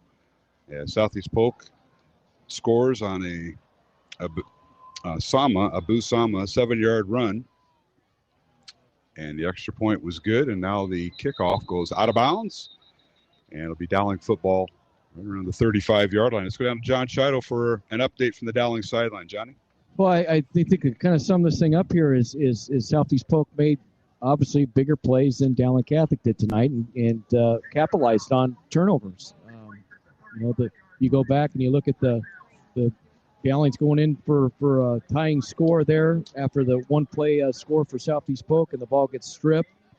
And then Dowling was able to come back and with the fumble and score a touchdown, and then Southeast Polk just kept making a couple more plays than Dowling did tonight. Yeah, they certainly did, and Maroons coming up empty in the first half. Yeah. And, Coach Wilson talked to you about that, Johnny, a little bit, said hope he didn't come back to haunt him, and now here's a pass caught by Carson Brown from the 35. He gets the ball up to the first down at the 45-yard line. That's the one that's going to haunt you. That's the one that's haunts you in the offseason is that one that, that inside the goal line there right before half and the chance to go up 21-14. And that one's going to sit in the craw for a while.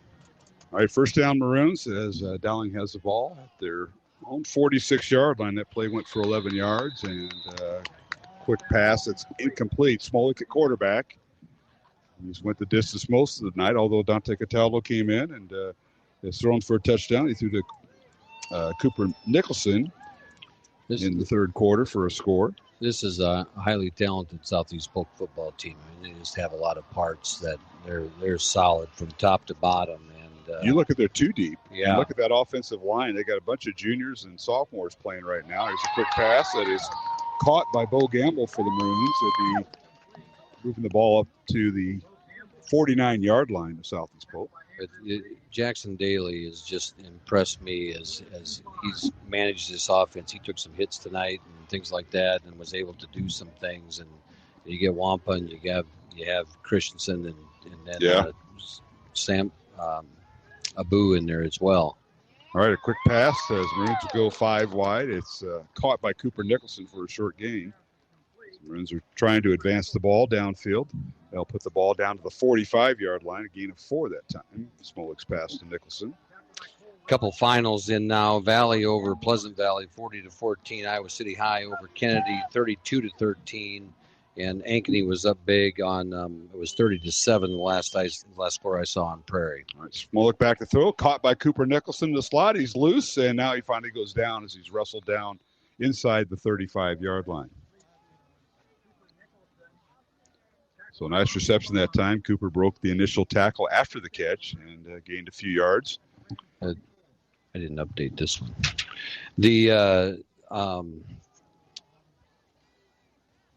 So those games are all finals now. All right, Smolik back to throw. The ball is tipped and caught by Bo Gamble. He's going to go in to score on the deflection off Cooper Nicholson. So Gamble from 35 yards out and Nicholson with the assist. as the play went to the right side. That was all done inside the 20-yard line, and Dowling scoring. So yeah, pretty quick score as they moved down the field.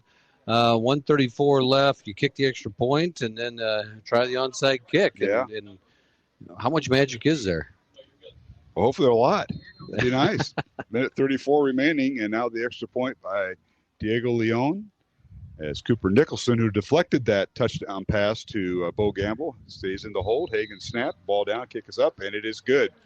So it's 38-28, 10-point lead for Southeast Polk. Minute and a half remaining in the fourth quarter, and we'll be back in 1 minute here on the Iowa Catholic Radio Network. This is Young Catholic Minute. Why don't women have the right to choose? Because killing people's wrong, that's why. That might sound extreme, especially when our culture likes to say things like, terminate a pregnancy, blob of tissue, and don't you have compassion for the mother? Yeah, enough compassion to try to protect her from the emotional and spiritual scars she'll have from having someone murder her baby. Because when you strip away all the jargon and emotional fireworks, that's what's left.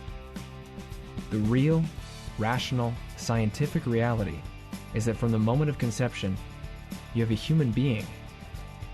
And just as slavery and the Holocaust have shown us, it's not a good idea to start deciding that some human beings aren't human persons. For more Young Catholic Minutes, go to youtube.com/youngcatholic.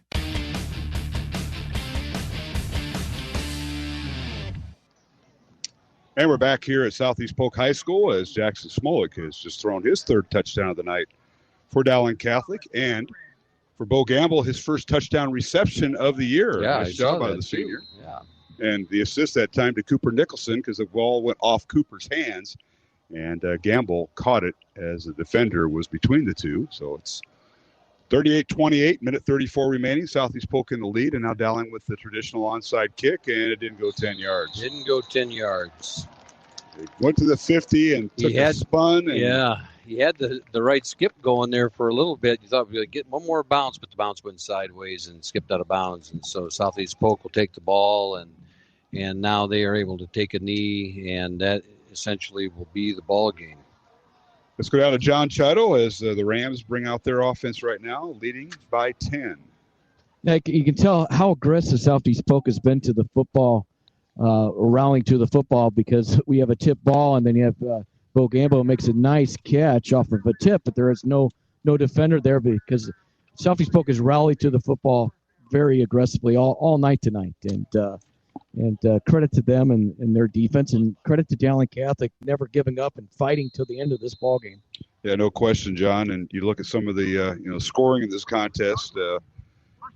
Jackson Smolik just threw his third touchdown pass of the night. He threw one earlier to Carson Brown, one to Cooper Nicholson, and then Cooper on the receiving end of a Dante Cataldo touchdown pass. So Dowling quarterbacks combined for 4 touchdown passes tonight as Samba with the handoff, and I think Dowling will use one of their final timeouts.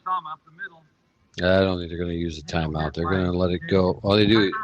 Yeah, they do.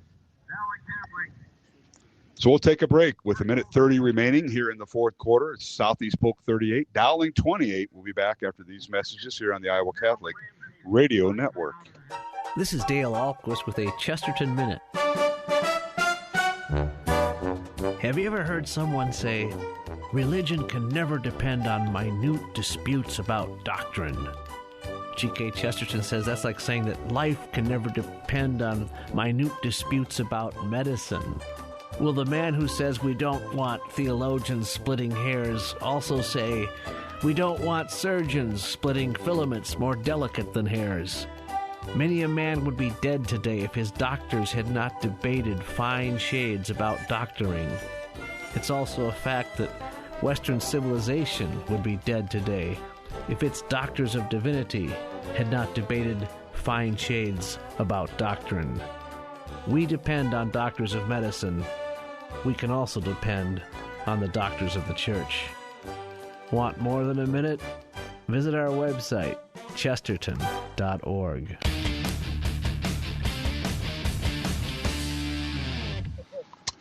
Hey, we're back here at Southeast Polk High School as Southeast Polk Rams now lead Dowling 38-28, final minute and 30 remaining here in the fourth quarter. Rams have a second down and 10. They give it to Samba, and he's hit and stacked up at the line of scrimmage, may have gained a yard, which is the Dowling 43-yard line.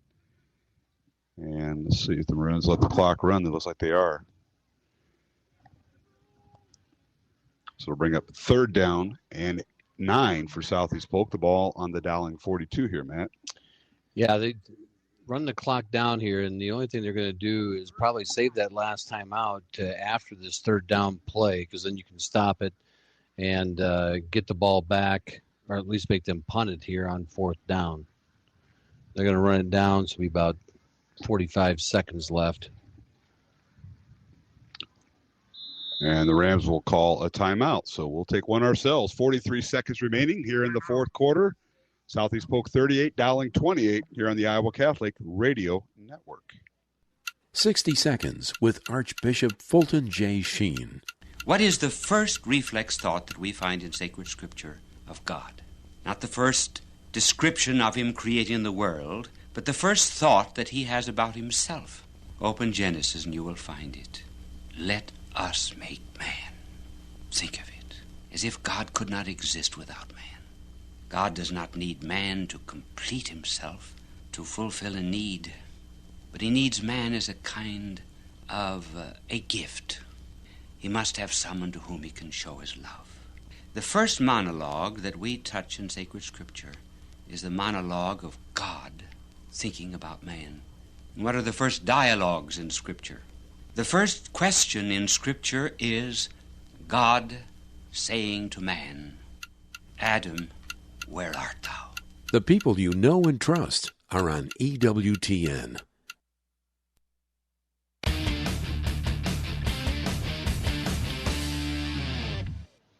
And back here at Southeast Polk High School alongside Matt Mainring, I'm Mark Amadeo, and John Chido on the Dowling sideline. We will have comments from head coach Tom Wilson following the game. It'll be the season ending for Dowling as final 45 seconds left. They put a couple seconds back on the clock. 3rd and 9 for Southeast Polk. Rams run play action, and here's Daly with it. And Jackson will slide at the 30-yard line. He'll pick up the first down, and that'll do it. And he stayed in bounds, and nice heads-up run by Jackson. Did a little bootleg there, faked the tailback, and picked up the first down, and they'll set the chains up to snap it one more time. And the Maroons down to their last timeout, but I don't think they will stop the clock. No.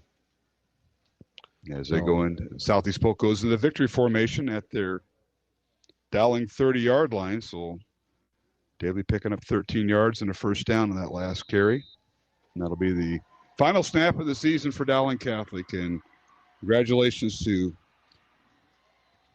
the Southeast Polk Rams and head coach Brad Zelinovich as they move on to the Unidome in Cedar Falls, as they will face they'll re-bracket everything. Yeah. Matt, I know you've got some scores. I think some have gone final. Yeah, I think everything is final at this point. So Valley over Pleasant Valley, 40-14. Iowa City High over Cedar Rapids Kennedy, 32-13.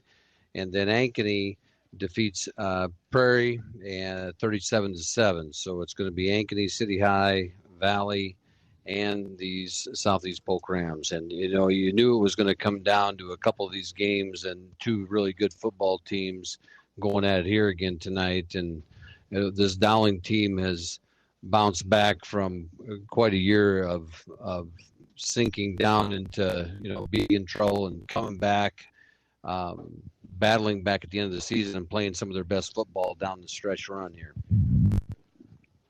Well, they certainly have, and it's been quite a run. I mean, snaps the 6-game winning streak that both Dowling and Southeast Polk had coming into tonight, Matt. If you remember, both Dowling and Southeast Polk, their last loss was in week 4, Dowling losing in Iowa City and Southeast Polk losing to Ankeny that same night, and they've both won 6 in a row. Well, the Rams now have won their 7th in a row with the win tonight. So an outstanding year. I know, John, you're going to be waiting on head coach Tom Wilson, but I know the players are going through the handshake line right now.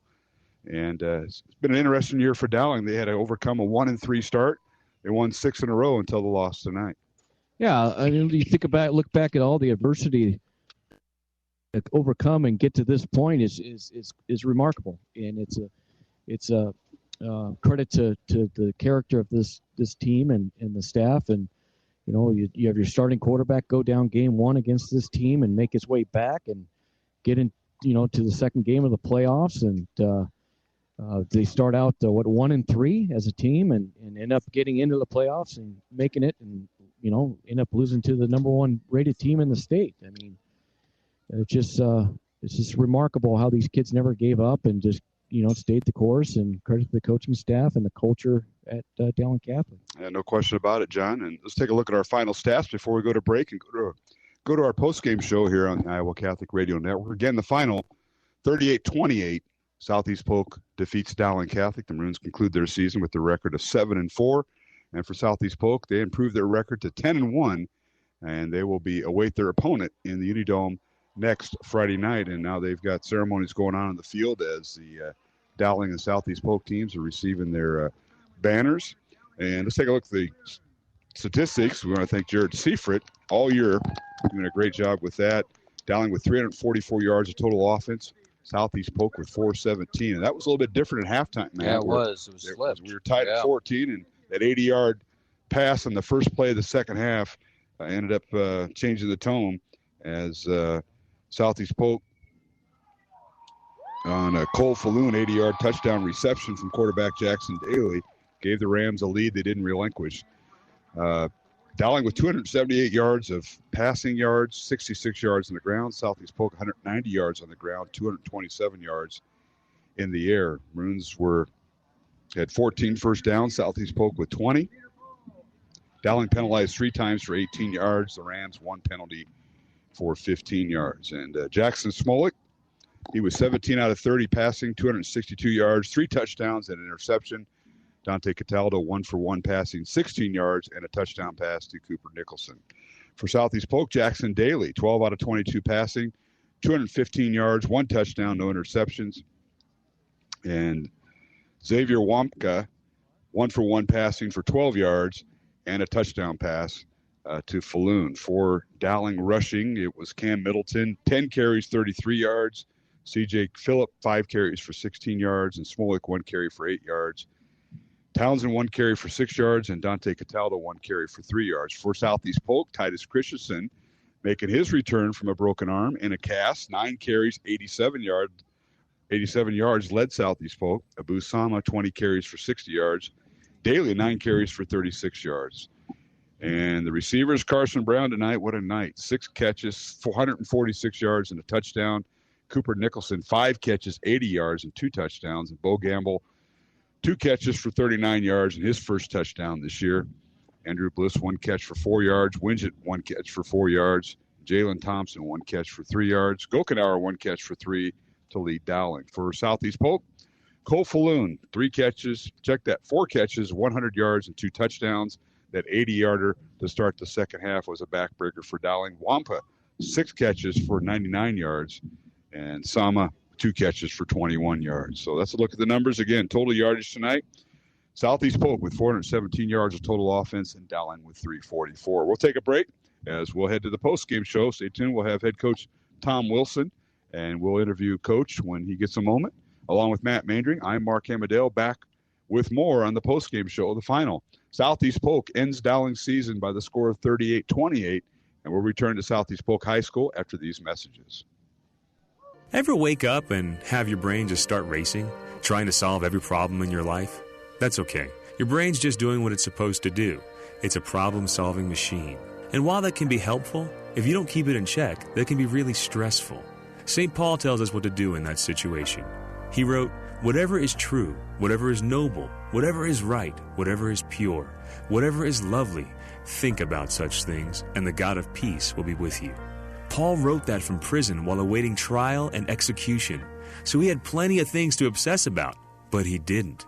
He thought of things above, and that led to his peace and joy even behind bars. When you find yourself obsessing, read an uplifting book, or better, try the Gospel of John, or maybe pray a rosary. But whatever you do, Get in the driver's seat of your own thoughts and focus on what lifts you up, not what drags you down. For more from my book, I Am, visit rewriteyourname.com. I'm Chris Stefanik from Real Life Catholic.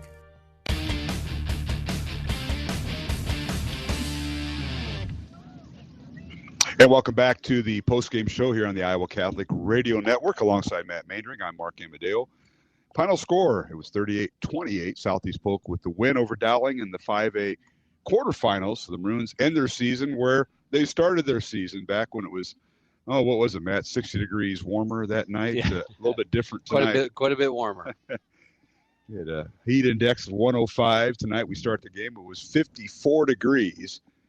The kickoff temperature, and had a nice brisk wind out of the south at 15 to 25 miles per hour throughout the game. So it feels like temperature of 50 degrees. So, 55 degrees cooler tonight than it was in week one back in August. But nonetheless, same result. Back in August, it was the Hail Mary at the last play of the game. And tonight, Southeast Polk really exerted their you can see why they've got several. They got 2 5-star high school recruits, Xavier Wampa and Proctor, Caden Proctor, their left tackle, outstanding recruits. Proctor, a junior, and Wampa is going to make his decision here in another month of where he's going to play college ball. But they got a lot of kids coming back. I look at that offensive line, one senior, and that's who Dowling opens up with next year at Valley Stadium. But it'll be a little bit different. Daly is still the thing. I mean, he's the guy that makes it run, and he impressed me the first game of the season. And he's done a lot of great things again tonight and made plays when they had to make plays. And it comes down to the last minute of the first half and the first minute of the second half. It's a 14-point swing. Dowling right knocking on the door, doesn't get in, and would have been up by 7 going in the half. Instead, gets stopped. And then you flip around and you come out of halftime and 2 plays and Ankeny's in the end zone. And if things go according to seed, here's the matchups for next Friday at the Unidome as we'll go down to John Jidal here when he gets Coach Wilson. It'll be Valley versus Ankeny, and it'll be Southeast Polk versus City High. Ankeny is the 5 seed. Valley is the 3 seed. Southeast Polk, the 1 seed, and City High, the 7th seed. So it'll be, if they do it according to seeds, of course, that'll be official later on. Yeah, and this team's going to be tough to beat, and all 4 of them are when they get down there. But this team with Christensen back and everything else, this is going to be a tough out. And I look not be surprised if they're not holding the trophy at the end of the year. Yeah, no question about it. Well, Matt, give us the final scores tonight. We mentioned it was Valley, Ankeny, Southeast Polk, and City High, the 5A winners tonight, and give us the scores. All right, so it's so Iowa City High 32-13 over Cedar Rapids Kennedy, Valley over Pleasant Valley 40-14, and Ankeny 37, Prairie Cedar Rapids 7.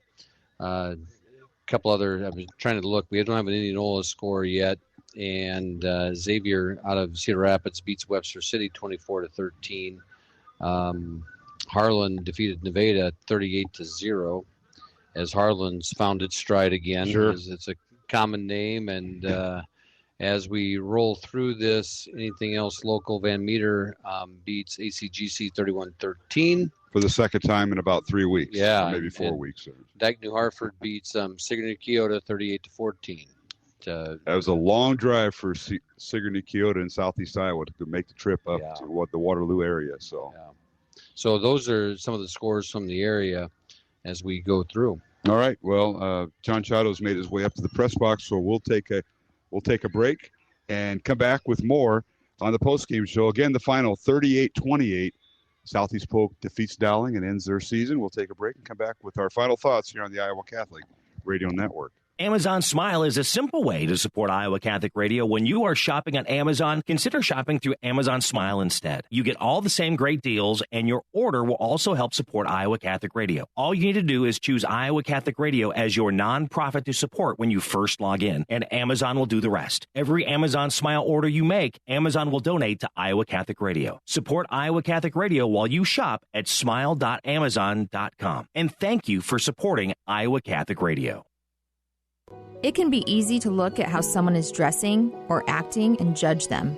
But have you ever thought about how much grace is available in these situations? The next time someone makes a questionable decision, instead of judging and condemning, uphold their dignity for them.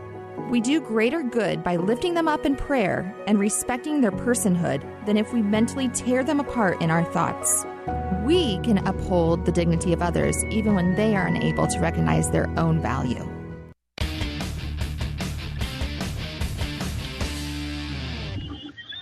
And welcome back to Southeast Polk High School alongside Matt Mandring and John Chido, who's made his way up to the press box. I'm Mark Amadale. Final score, Southeast Polk 38, Dowling 28. And Matt, you've seen this enough. The final game of the season, whether it's in the championship game, the semifinals, or tonight, the quarterfinals, is always tough, especially when you're in the losing end. And that's how it concluded tonight for Dowling. The Maroons close out their season with the record of 7-4. They won 6 in a row coming into this game after starting 1-3. And they got beat by the number 1 seed and a team that might be in the finals. Great Southeast Polk team, coached by Brad Zelenovich. They are a good outfit, and they've got some stellar athletes out there in key positions making plays. And, it comes down to you had to play error-free football to beat them. Yeah. And that didn't happen tonight, unfortunately. And, if you're coming into a game against number 1 seed and you're going to pull the upset, you got to play error-free football. And the only mistake Southeast Polk made tonight was the muff punt. And, the mistake, even though it wasn't a turnover, that's not scoring before half is a big one. And that one's going to stay with you for a little bit. Those are ones, like you said it best, you're going to look on this, and it's really going to stick in your stomach, and you want that one back right before half to get that score because, as coaching for so long, it's a game of momentum, and that's a big, huge momentum burst. Not able to come away with not only 7, but not even 3 points inside the 1 yard line, and to go up 7. And then credit to Dowling. I mean, Southeast Polk hits Falloon wide open because the attention to Wampa tonight was we were all over him, and then you have to cover number 8 too for Southeast Polk. And one play, and Dowling comes right back and capitalizes on was it Jalen Thompson's kick return, or was that? That was the one after that. Yeah, they fumbled at the goal line. Yeah, fumble at the goal line down there after Jalen gets his, looks like it's going to get right back in the ball game. Yes. And then the fumble at the goal line. That's right. And you're right. You cannot make mistakes like that or come up empty with a caliber of a team like this. 2 times inside the 5 yard line, not taking any points away. That's tough. That is huge. No question about it. And unfortunately for the Maroons, their season ends. And what a run it was. It was a interesting year. The schedule they, received was probably one of the toughest in 5A. I think Centennial had the second toughest schedule, or they both did. And you can just look in the RPI and see the results there. Yeah. And the Maroons now will regroup and get ready for next year. But, John, it's been quite a ride. And you've seen the emotions, the highs and lows, the 1-3 start, the 6 in a row, and then you play Southeast Polk for the second time. And Coach Zelenovich, and what a team they have. And I was telling Matt, they got a lot of kids coming back next year. Yeah, but they lose their playmakers. That's true. Number 5 is going to be a big loss for him because they did so many things getting the ball in his hands, moving him from the number 1 receiver to inside, to running wildcat, throwing a touchdown pass, and he plays safety. And then you have Cole Falloon, who's another senior that graduates as a big playmaker. But you're right. You they have guys coming back, and so does Dowling Catholic. I think they're young as well. I just want to shout out to all of our seniors on this football team. It's just a great bunch of kids and quality kids. And I get to see them in the hallway every day, and they represent us well all day long, and on the football field on Friday nights. And so couldn't be prouder of those kids as they continue onward with the rest of their senior year. I can't believe they're graduating, or this is their senior year of football. A lot of these kids we've coached your first class since they were first, second grade flag football. And I told a couple of them, so proud of them and their accomplishments because they've done so much and what they've achieved. And I listened to Coach Wilson's speech at the end of the kids and telling them the adversity, like we talked about, how they overcame and with the schedule and the injuries, and they never gave up. They could have folded the tent tonight, and they didn't. They fought till the end, and It's a credit to their character. Yeah, one more score to pass along. Lewis Central defeated Indianola in the 4A quarterfinals, 28-21 down in Indianola. So Lewis Central Council Bluffs, who at one point was an opponent of Dowling for a couple years. I remember when they crossed over. Well, tonight, what a performance by Jackson Smolik. 3 touchdown passes. The Dowling's other quarterback, Dante Cataldo, the junior, had our sophomore, Dante Cataldo, had a 16-yard pass. Cooper Nicholson caught 2 of those. Carson Brown with 1 reception. And Bo Gamble, the deflected one off of Cooper Nicholson, got the late touchdown for the Maroons with a minute and a half remaining. And then, let's see, the Maroons, I'm looking here. Now, it was Sama with all the rushing touchdowns tonight. Abu Sama, 3 touchdown rushing for Southeast Polk. And what a night by Jackson Daly. I mean, I thought that touchdown to start the second half, the first play of the second half, 80 yards to Falloon, as you mentioned, John, that took the wind out of the sails, and that was hard to come back from. And the Maroons really, struggled until the end to even score. They got a touchdown out of Gamble late, and that was about it. Yeah, then Tyler Christensen coming and popping off that big run. That was a huge run.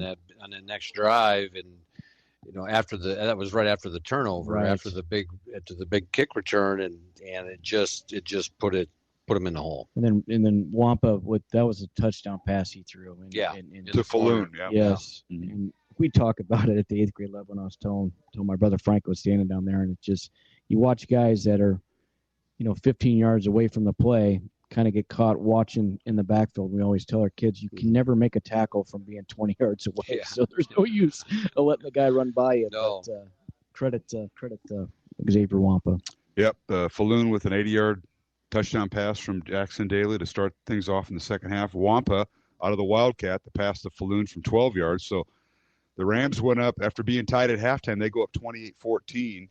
And then Dowling comes back with Dante Cataldo capping off a touchdown pass to Cooper Nicholson after they took Smolik out as the Maroons got into the Bows in the Floors red zone. That cut the score to 28-21. Back comes Southeast Polk. They settle for a field goal of 35 yards from Josh Wilson. 10-point lead for the Rams. And then Sama, the 7-yard run late after the interception. Yeah. And that sealed the deal. And here we are talking about, congratulating the team. Yep. Great job. Thanks to Coach Wilson. And thanks to everybody behind the scenes that we work with. Maybe they could hear tonight that we shared the booth with the Dowling coaching staff. They couldn't hear him. Yeah, because MediaCom was here. They'll tape delay that the rest of the week. And it was a packed house here. But I just want to thank you guys, Matt. Yeah. And I know your wife had that Achilles injury and surgery, and that was never easy. So I'm glad she'll be glad to see you on Friday nights, or maybe not. Just say, go do something on Friday nights. Oh, we might sneak down and watch Van Meter play. My son's team. That's right. Coaching over at Van Meter, and they won tonight. So congratulations. It gives us a little reason to run down. You won't be running down there. You'll be running to the we'll dome. Run to the dome. Everything's in the dome from now on in all classes. Yeah. And John, thanks for what you've done. Undefeated 8th grade team, the only undefeated team in the Dowling program this year, by the way. Yeah, all you people in the cars right now, you heard I did say it. They all win. What is that? You don't win state titles in 8th grade. No, you don't. But you prepare to win state titles at the 8th grade. That's right. And all your help. I know your busy schedule. We just went through an election, and now we're going through redistricting. So this guy's been very, very busy, burned a lot of midnight hours, if you will, Matt, and I appreciate having you on the sidelines, John. Thank you guys both. I mean, this is fantastic. Anytime you can give your opinion and watch football at the same time and do it on a Friday night with people that are great to be around, you can't beat it. Yeah, I would thank you, Mark. I mean, you make this pretty easy. Yeah, we just sit here and talk football. You keep it all rolling together, and we just sit here and see what we see, and it is a lot of fun, and truly from the Dowling Catholic administration side, I thank you for all you do for all of our sports and Iowa Catholic Radio, because I mean it's a blessing to have them out covering all of our events and letting all of our people, all of our fans hear and see what's going on. So they're everywhere. They're everywhere. Got a lot going on this weekend, Mr. Mayor. Yeah, Mary Pick is somewhere out hiking somewhere, we heard today. So who knows? Wow. Some part of the country. It's like, remember the Titans? You're Hall of Fame in our book, Mark. Appreciate that. Yeah. As my voice starting to get groggy, John, I've been fighting a cold, and of course, where does it go? It goes to your vocal cords with me. It always does every year this time of year. But our thanks to everybody involved. Of course, the fall play is going on. Excuse me. The competition cheerleading going on, Johnny. I know you've been down there at Wells Fargo. Now they moved out the fairgrounds, but you enjoyed that. Yeah, I actually miss it because that's when, Soph was around us all the time, and now she's up at college, and we don't get to see her as much, but we'll get to see her tomorrow. The Dowling competition cheerleaders compete at state tomorrow night at 6 o'clock at the Iowa State Fairgrounds Jacobson Building. And how about the barn out tonight? Memory of the late Dowling coach and teacher, Tom Barnable, who passed away a year ago this weekend. Flannel shirts, hats, boots, and overalls. That was Barr. Not in the school building, yes, but I've seen him many times in that when we were hanging around Grandview, and he'll be a great guy. A lot of great memories with him, and gone too soon. Yeah. So, guys, that'll do it. Good luck to the swimmers. They competing, I think, tomorrow to go to state, and the divers went tonight, and we had they won last night. They qualified last night already. Yeah, Barrett Kallmeyer placed second, a freshman. Yep. So she moves on to state next week, and Jillian Stewart, a junior for Dowling, placed fourth. She moves on to state. So state diving will be up at Marshalltown YMCA YWCA next weekend. But regional swim meet is tomorrow for the rest of the Dowling swim team at Fort Dodge, and they get underway at noon. So best of luck there. And, of course, Mary Beth Wiskus and the Dowling volleyball team, 10th straight appearance at the Girls State Volleyball Tournament in Cedar Rapids. I know they got beat in the first round, but they had a tremendous season. They did. We appreciate everybody. Congratulations to those girls. And finally, thanks to Coach Bossum and all our halftime guests we've had this year. How about that? That was a great halftime show. Mr. Mainering getting that all lined up. I started it, and then, you finished it. Thank you. Well, great interview. Take a baton. Grant does a great job, and he's missed, and he's doing right by his family, and going into the classroom, he will touch lives. There's no doubt about that. All right, final thing. Open house Sunday at Dowling, 11 o'clock. You're going to be there greeting people at the front door. We'll be there right there. Dr. Ryan and I standing by the door where we usually are. And parent ambassador right here to your right. He sends a few kids through Dowling. I mean, he's not doing anything on Sunday mornings. Golf courses probably won't be open because of frost. Yeah. It's actually going to be nice It's going to be nice this weekend. I was thinking it too. That's true. It is. I get to go watch basketball games in the morning and then go watch Iowa State. I'm kind of wanting to get out of it to maybe play golf. That Texas game will be pretty good. It will. Yeah, I hope so. Yeah. It's a night game? It is 6:30. Yeah. Oh, is it? Yeah, it's a night game. So, all right, gentlemen, this is it. Final game of the year, and I guess we'll get back together next August at Valley Stadium, Dowling, hosting Southeast Polk in Week 1 of the 2022 season. It's gonna hit me, next week when you're getting ready for Friday night football and we're not playing. Yeah. Well, that happens. That's how it goes. Yeah. One thing about it, this staff is going to work really hard and get those kids and they'll give them a couple days off. Yeah. And they'll start to turn things and get things going as we roll into the winter season and seeing. We got some exciting things. The wrestling team is going to be fun to watch. And there will be a lot of fun to watch. Coach Tilking and Coach Meyer and girls basketball and Coach Pike with swim, and just got a lot of things. It's going to be a lot of fun to watch. Oh, by the way, speaking of swimming, I saw Coach Crouch at PF Chang's. I was going to say, I thought you were going to see Sunday. Saw him swimming. This guy, and he is great. And he was. We were talking about. He goes, "You look familiar. You got to tell me your name." I did, and he goes, "Oh yeah," and he goes. You start talking about Mark Amadale and how you have a face for radio. Yeah, and that's true. How he enjoyed doing it. Keep piling on.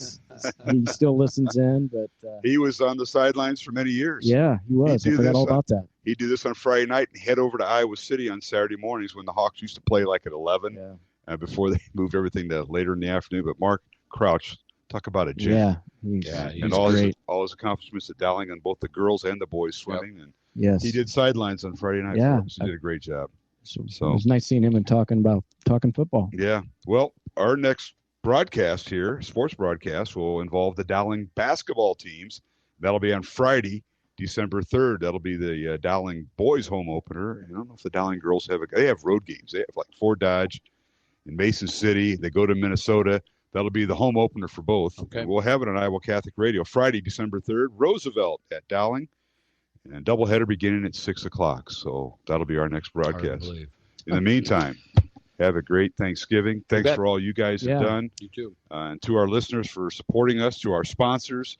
Thanks for everything, guys. Well, thank you. You bet. All Thank right, you. We'll close the show. Let's do a quick read. Our thanks to our Iowa Catholic Radio sponsors. They've been with us throughout the season here on the Iowa Catholic Radio Network. They include Ashworth Vision, Construction Professionals, along with Dental Associates, Kemen, Mercy One, the Catholic Tuition Organization, Skeffington's Formal Wear, and Northwest Bank. Our thanks to Bozeman the Florists, our Red Zone sponsor, and, of course, our Keys to the Game, sponsored by Catholic United Financial.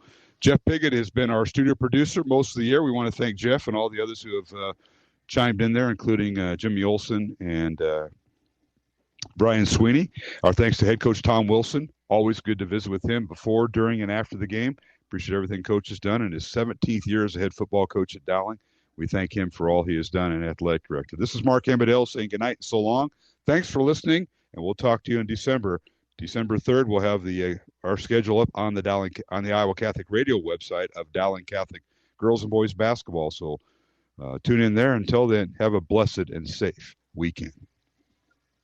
Coverage of Dowling Catholic sports is underwritten by Ashworth Vision Clinic, Construction Professionals, Dental Associates, Kemen, Mercy One, the Catholic Tuition Organization, Skeffington's Formal Wear, Bozeman the Florist, Northwest Bank, and Catholic United Financial. Please support the businesses that underwrite Iowa Catholic Radio.